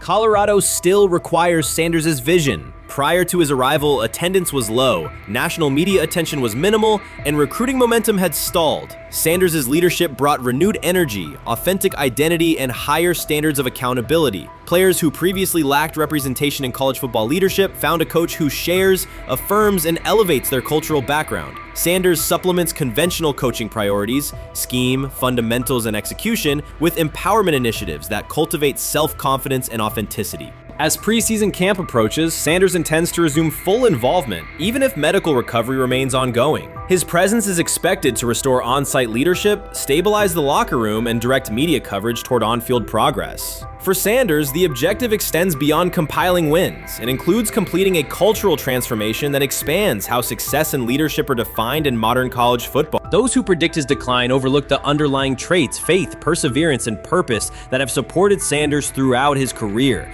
Doubts, rumors, and disproportionate scrutiny have followed him from playing days into coaching, and he has consistently responded with results. His current health setback is another obstacle, not a conclusion. The broader initiative he leads, centered on authenticity, opportunity, and high standards, continues. When Sanders returns to the sideline, it will mark the next stage of a movement he has guided from Jackson State to Boulder. The recent period of quiet has been strategic rather than passive. Instead of defending himself in daily briefings, Sanders focused on rehabilitation, remote program oversight, and family support. Each brief social media message reinforced a consistent theme: faith and preparation. He has articulated gratitude for medical professionals and has reiterated that his mission at Colorado is unfinished. His public references to scripture have been direct but measured, aligning with his long-standing practice of integrating faith into leadership. By walking through his ranch with Lil Wayne, Sanders signaled continuity. The clip underscored that influential supporters remain engaged, that Sanders' broader network values his vision, and that he remains capable of navigating physical challenges. The visible limp was not evidence of imminent retirement. Rather, it documented the reality of ongoing recovery and the resilience with which he approaches each obstacle. Colorado's athletic administration and football staff continue to affirm Sanders' program direction. Recruitment communications cite his established record in fostering cultural relevance and national exposure. Prospective athletes respond to a coach who presents a transparent path to development, both on and off the field. Current players refer to Sanders' coaching points with clarity, citing specific drills and expectations that remain unchanged during his absence. These indicators demonstrate that the core structures Sanders implemented are functioning, and that his return will be an amplification, not a restart. Criticism regarding Sanders' public persona often conflates media style with coaching substance. Analysis from opponents suggests that social media engagement dilutes football preparation, yet Sanders' staffs emphasize time management and delegation. Defensive and offensive coordinators handle in-game adjustments, while Sanders directs overall culture, recruitment, and leadership. He has articulated that visibility serves to amplify program accomplishments and enhance player opportunities, not replace strategic football planning. Some commentary has attempted to reframe Sanders' health issue as evidence that his coaching model is unsustainable. The argument ignores the documented health challenges faced by numerous coaches across levels of competition. For example, college coaches recovering from heart procedures or joint replacements have returned to successful seasons after appropriate medical clearance. Sanders' case follows a comparable trajectory. Medical complications require temporary separation, structured rehabilitation is prioritized, and a managed return is planned. Institutional medical protocols at Colorado dictate clearance requirements. Sanders will meet those before resuming full sideline duties. Colorado's players have expressed public confidence in Sanders' eventual return, citing regular virtual check-ins and continued accountability. Several athletes noted that positional meetings included recorded messages from Sanders reinforcing tactical goals and personal discipline. These details confirm that Sanders has remained actively engaged, albeit remotely, and that team culture remains aligned with his principles. Looking ahead, Colorado's schedule will attract national attention, both for on-field competitiveness and the storyline of Sanders' comeback. Analysts will evaluate how quickly he reestablishes day-to-day rhythm and whether his physical limitations influence practice oversight. Internal planning accommodates gradual escalation of responsibilities, with medical staff and strength and conditioning personnel contributing to phase reintegration.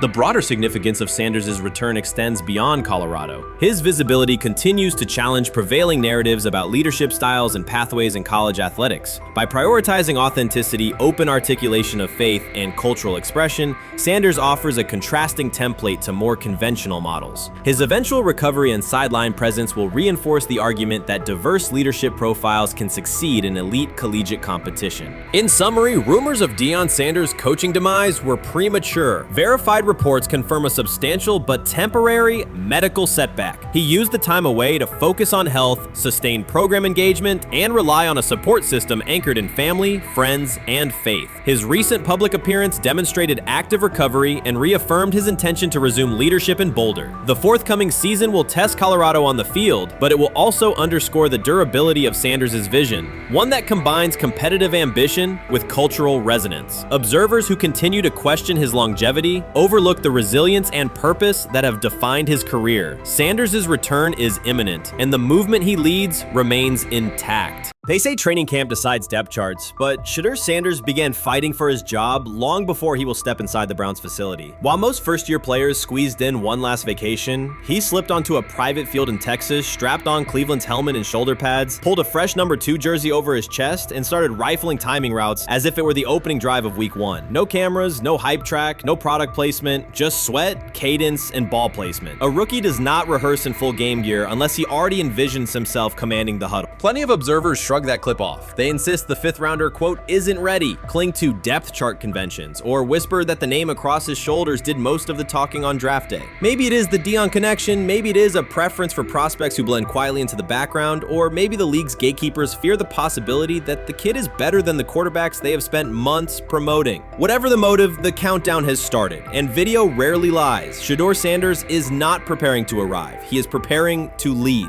Footage of a 22-year-old quarterback running live reps in July should dominate highlight loops, but it barely registers on national outlets. Why? It ruins the tidy narrative. The easy storyline paints Shedeur as a pampered legacy prospect banking on his father's fame. Yet the tape shows something different. A rookie drenched in afternoon heat, drilling footwork, calling protections, and imagining cover 2 rotation before the first official meeting ever takes place. Elite mental prep looks boring on social feeds. It looks devastating when the season starts. Walk into Cleveland's quarterback room and you step into politics, not simply competition. Joe Flacco, a Super Bowl MVP in decline, carries institutional trust. Kenny Pickett, rescued from Pittsburgh's reset, carries hometown intrigue. Dillon Gabriel, the 3rd-round system fit, carries draft capital the staff must justify. And then there's Shedeur, the lightning rod whose presence alone spotlights every bias in the evaluation process. Coaches frame it neatly. Rookies must wait their turn. The truth is less polite. Practice snaps are currency. Perception is elastic, and early allocations already favor Pickett and Flacco. It is the oldest playbook in the league. Lock vets into the headline roles before pads even crack. Then let repetition shape reality. Sanders refuses to cooperate. He is not a 4th-string camp arm. He has engineered game-winning drives under national scrutiny, operated against live blitz looks most prospects never face, and more than any quarterback in the room, documented his own off-season obsession. No social media rollout, no brand consultant, just pads, cleats, and an unlit practice field. If his last name were Smith, pundits would label him the sleeper of camp. Instead, politics trails every throw. Training camp rotations expose organizational intent. Beat writer Fred Greetham already reports that Pickett and Flacco will open with first-team reps when veterans report July 23rd. Gabriel grabs the developmental snaps, leaving Sanders the leftovers. That isn't performance-based, it's narrative-safe. Gabriel doesn't threaten hierarchy, Sanders bends gravity. Watch the details. Does Shedeur steal 11-on-11 snaps with the 2s? Does he run red zone installs or 2-minute drills? If he does, coaches are admitting he is forcing his way in. If he doesn't, they are postponing the inevitable. Either way, the private field reps have sharpened his timing and condensed his release. He is not hoping for an opportunity, he is prepared to seize one the instant it appears. Cleveland's joint practices amplify that tension. First come live periods against the Panthers, then sessions with the champion Eagles. Those reps belong to the starters, so Flacco and Pickett will absorb most of Carolina's disguised pressure and Philadelphia's exotic fronts. Sanders' proving ground will be the preseason opener on August 8th. Under the stadium lights, he will get entire series, real reads, pockets collapsing for real. If his command mirrors the footage from Texas, coaches will have to answer why he never saw earlier work. Reps are scarce. 10 padded practices separate veteran arrival from game 1. Even an even split, something that never happens, would hardly suffice. Instead, the staff will funnel snaps toward the comfortable choices. That strategy can bury a rookie, but it can also spark an eruption when limited opportunities turn into highlight drives. One flawless touchdown march in the second half of a preseason game, and the dog pound will chant his name. Then the staff's narrative control evaporates. Criticism of Sanders has never matched the scrutiny applied to his peers. Analysts nitpick a ball pat, a foot angle, a pump fake, Pickett's inconsistency, Flacco's diminishing velocity, Gabriel's college system crutches. Discuss politely, if at all. With Shedeur, the critiques arrive as coded doubts. Does he rely on the family brand? Is he coachable? Can he stay humble? That double standard is as old as the league's resistance to outspoken black quarterbacks. Add Dion's unapologetic persona, and each Sanders rep becomes a referendum on establishment comfort levels. Shedeur answers not with rebuttals, but with work. Work captured in silent footage more deafening than any debate show monologue.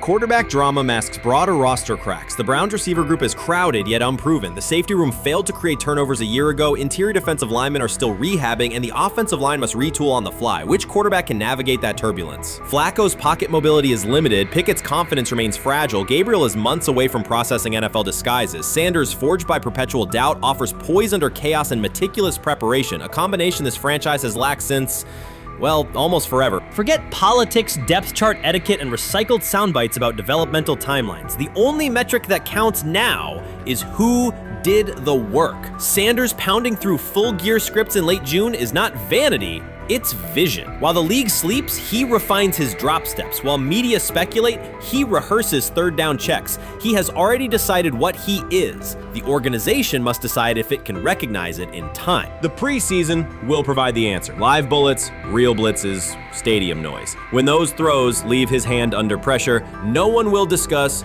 ball pats or surnames. They will ask how a quarterback this prepared slipped to round 5. And if the performance matches the preparation, excuses about lack of reps will dissolve. It will be production against perception, and Shedeur Sanders has been producing where no one could see. Ready is the wrong word. He has been ready. Urban Meyer's roster history underscores the absurdity. Meyer coached Aaron Hernandez, whose off-field crimes are well documented, along with other players entangled in assaults, academic misconduct, and more. Yet Feinbaum singled out Newton, a national champion, Heisman Trophy winner, and NFL MVP, as the worst. This selective condemnation is not new. When Deion Sanders recently suggested implementing an NIL salary cap to restore competitive balance, Feinbaum dismissed the proposal and called Sanders a hypocrite rather than engage with the substance. The pattern repeats. Feinbaum routinely targets Cam Newton, Deion Sanders, Jameis Winston, Lamar Jackson, outspoken black athletes and coaches, while extending grace to figures such as Nick Saban, Kirby Smart, Dabo Swinney, or Tim Tebow under similar circumstances. Newton is no longer content to remain silent while others distort his story. In response, he laid out an accurate chronology, highlighting facts the commentary networks rarely repeat. One long-standing myth is that Newton was expelled from the University of Florida. He was not. Tim Tebow held the starting job unchallenged, and Meyer had no intention of displacing his star. Like thousands of athletes each year, Newton transferred to find a place where he could play. The move was strategic, not disciplinary. He is with 3-2-2-5-3-17 to transfer to and Moorbeck. Meyer was. Critics habitually resurrect the 2008 laptop incident to tarnish Newton's entire career. Newton has acknowledged the mistake, but its relevance is overstated. The incident did not prompt his transfer, nor did it derail his trajectory. After leaving Florida, Newton enrolled at Blinn College, a Texas JUCO powerhouse, and led the Buccaneers to a national championship while posting dominant statistics. That performance earned him the opportunity to transfer to Auburn. At Auburn, Newton produced one of the most extraordinary single seasons in collegiate history. More than 4,000 yards of total offense, 50 combined touchdowns, an SEC title, a national championship, and the Heisman Trophy. Achievement compressed into a single year under intense scrutiny. Even that landmark season is recast by Feinbaum as a cautionary tale. He claims Newton ignored head coach Gene Chizik by diving for a goal line touchdown when told to kneel, jeopardizing the game. In reality, Newton explained that the decision was a collective adjustment made in the huddle after reading the defense. While Auburn still held timeouts, the Tigers maintained control and secured the championship. Portraying that moment as reckless serves to recast Newton's success as selfishness rather than leadership. Feinbaum's approach to Sanders reflects the same dynamic. When Sanders urged a structured NIL ceiling to protect athletes and stabilize rosters, Feinbaum immediately labeled him hypocritical. Yet when Saban or Sweeney voice identical concerns, Feinbaum frames them as thoughtful guardians of the sport. The inconsistency reveals that the determining factor is not the argument but the identity of the speaker. Unapologetic black leaders who control their narratives, challenge entrenched hierarchies, and Feinbaum's commentary often functions as a check on that influence.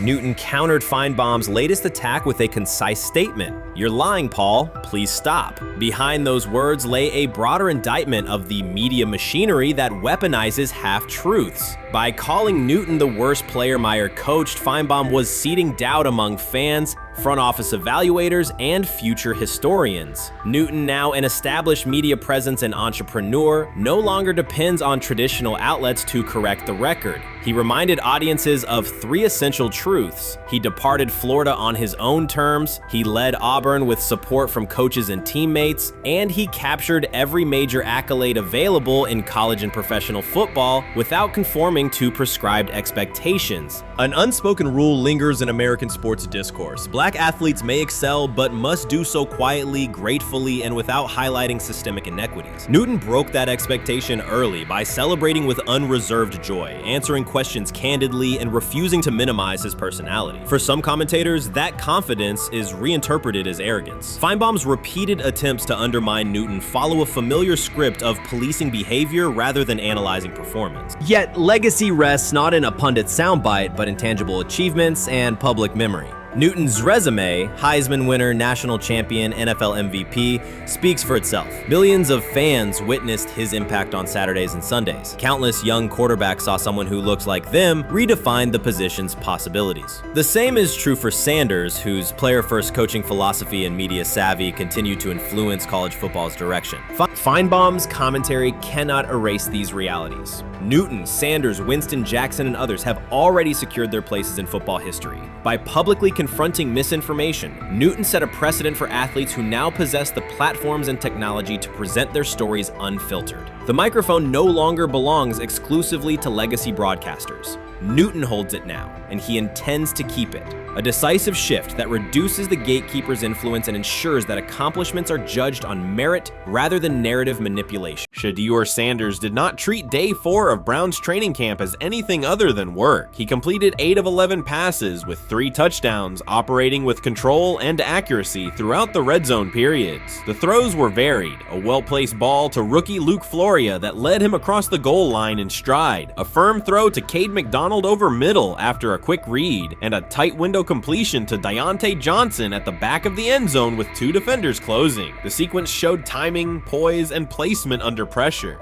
While national attention centered on Joe Flacco's underneath completions and Kenny Pickett's option and rollout periods, Sanders produced scoring plays on schedule. The performance was not the product of broken coverages or end-of-period reps. It came within structured work, with defenders in position and the offense executing standard progressions. The accuracy rate, 8 completions on 11 attempts, reflected consistent mechanics and decisions. The operation was steady from huddle to snap to finish. Despite that session, the distribution of first-team snaps did not change. Camp logs indicated that Pickett and Dillon Gabriel continued rotating with the starters, while Sanders remained primarily with the second unit. With the first preseason game approaching, that choice drew more attention from observers who expected productive days to be followed by expanded opportunities. The question surfaced again: what additional evidence is required to evaluate Sanders with the top group? The 3 touchdowns illustrated different aspects of his profile. On the throw to Floria, Sanders used a measured trajectory to lead the receiver away from contact and into the end zone. On the ball to Johnson, he identified leverage, held the safety with his shoulders, and delivered to a precise spot at the back line. On the throw to McDonald, he eliminated the first read, reset, and drove the ball into the window before the hook defender could squeeze it. Each score reflected a particular tool: anticipation, manipulation, and velocity within standard timing.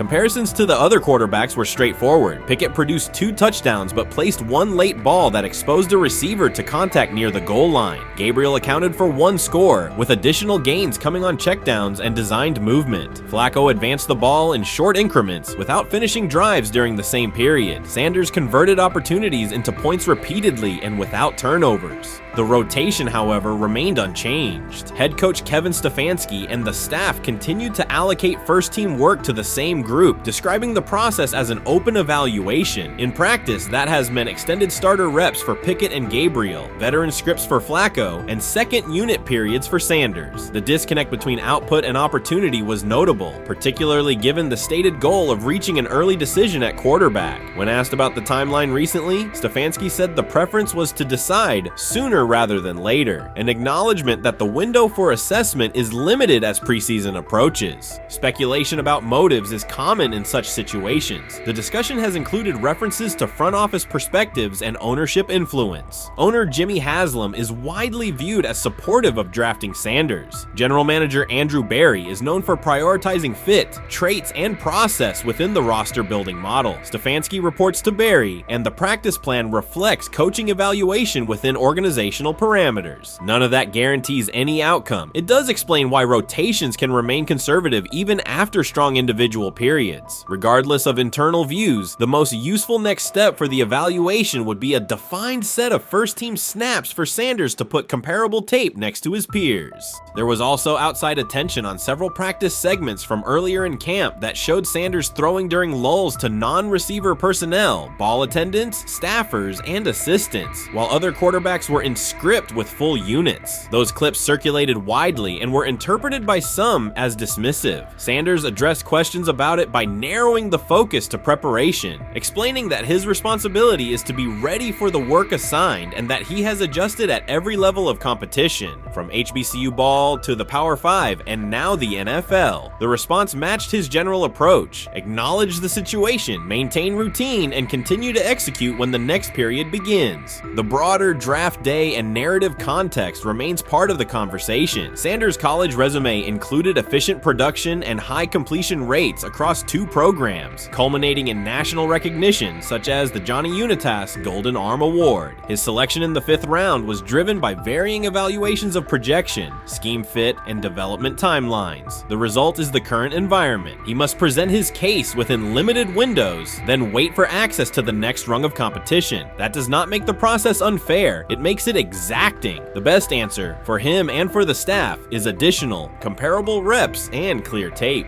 Fan reaction after day 4 was direct. Social accounts and comment threads filled with assessments that centered on performance rather than reputation. Sanders produced 3 touchdowns, avoided negative plays, and showed command in the red zone. Supporters pointed to that tape and asked for opportunities with the starters to verify whether the same rhythm carries over with the top receivers and linemen. The message was not about headlines. It was about the logic of evaluation in a compressed calendar. From an operational standpoint, Sanders' day reflected consistent fundamentals. His base was disciplined, his eyes matched his feet, and his timing aligned with route depths. On the Johnson score, he used a subtle shoulder turn to hold the safety before resetting and throwing to the back line. On the McDonald throw, the ball was out on the second hitch, arriving before the defenders could converge. On the Floria play, the arc and placement minimized the hit risk and maximized the run-through. Those are portable traits. They translate across units if the timing with receivers is established through reps. The staff's balancing act is real. They must prepare the presumed week 1 starter with sufficient continuity while also giving developmental players enough exposure to judge ceiling and floor. That tension is present in every camp. The cleanest path through it is to carve out defined first-team sequences for each competitor and evaluate the tape against comparable defenses and situations: high red zone, low red zone, 3rd and medium, and 2-minute. Sanders' performance on day 4 strengthened the case for such an allocation.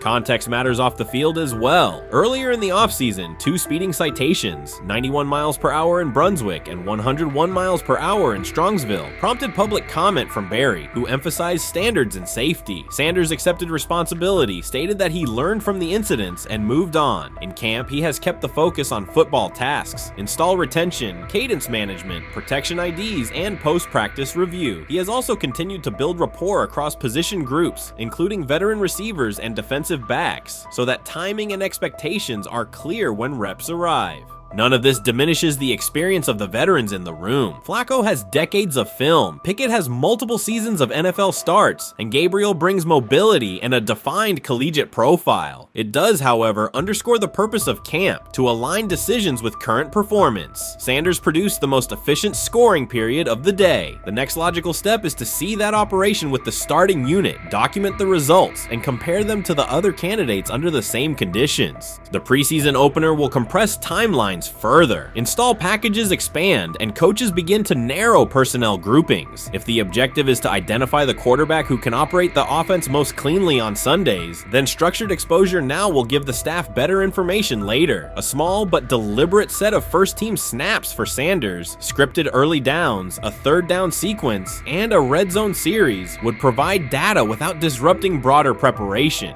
Until that occurs, Sanders can only continue to control process and execution. Day 4 showed what that looks like when opportunities align. Efficient reads, disciplined mechanics, and finishes in the end zone. He did not seek attention for the sequence. He put it on tape. If the evaluation remains consistent with the stated competition, comparable snaps should follow. If they do, the staff will have a clear, side-by-side measure. If they do not, the question from observers will remain the same. What more needs to be seen to justify the look? For now, the record from day 4 is clear. 8 completions on 11 attempts, 3 touchdowns, no turnovers, red zone precision, consistent control at the line and in the pocket. Those are tangible outputs. They merit a defined opportunity with the starters as the team moves toward preseason and the decision that follows. Whether or not that opportunity arrives immediately, Sanders has shown the preparation and execution necessary to be evaluated on equal footing. The next step is a matter of allocation, not speculation.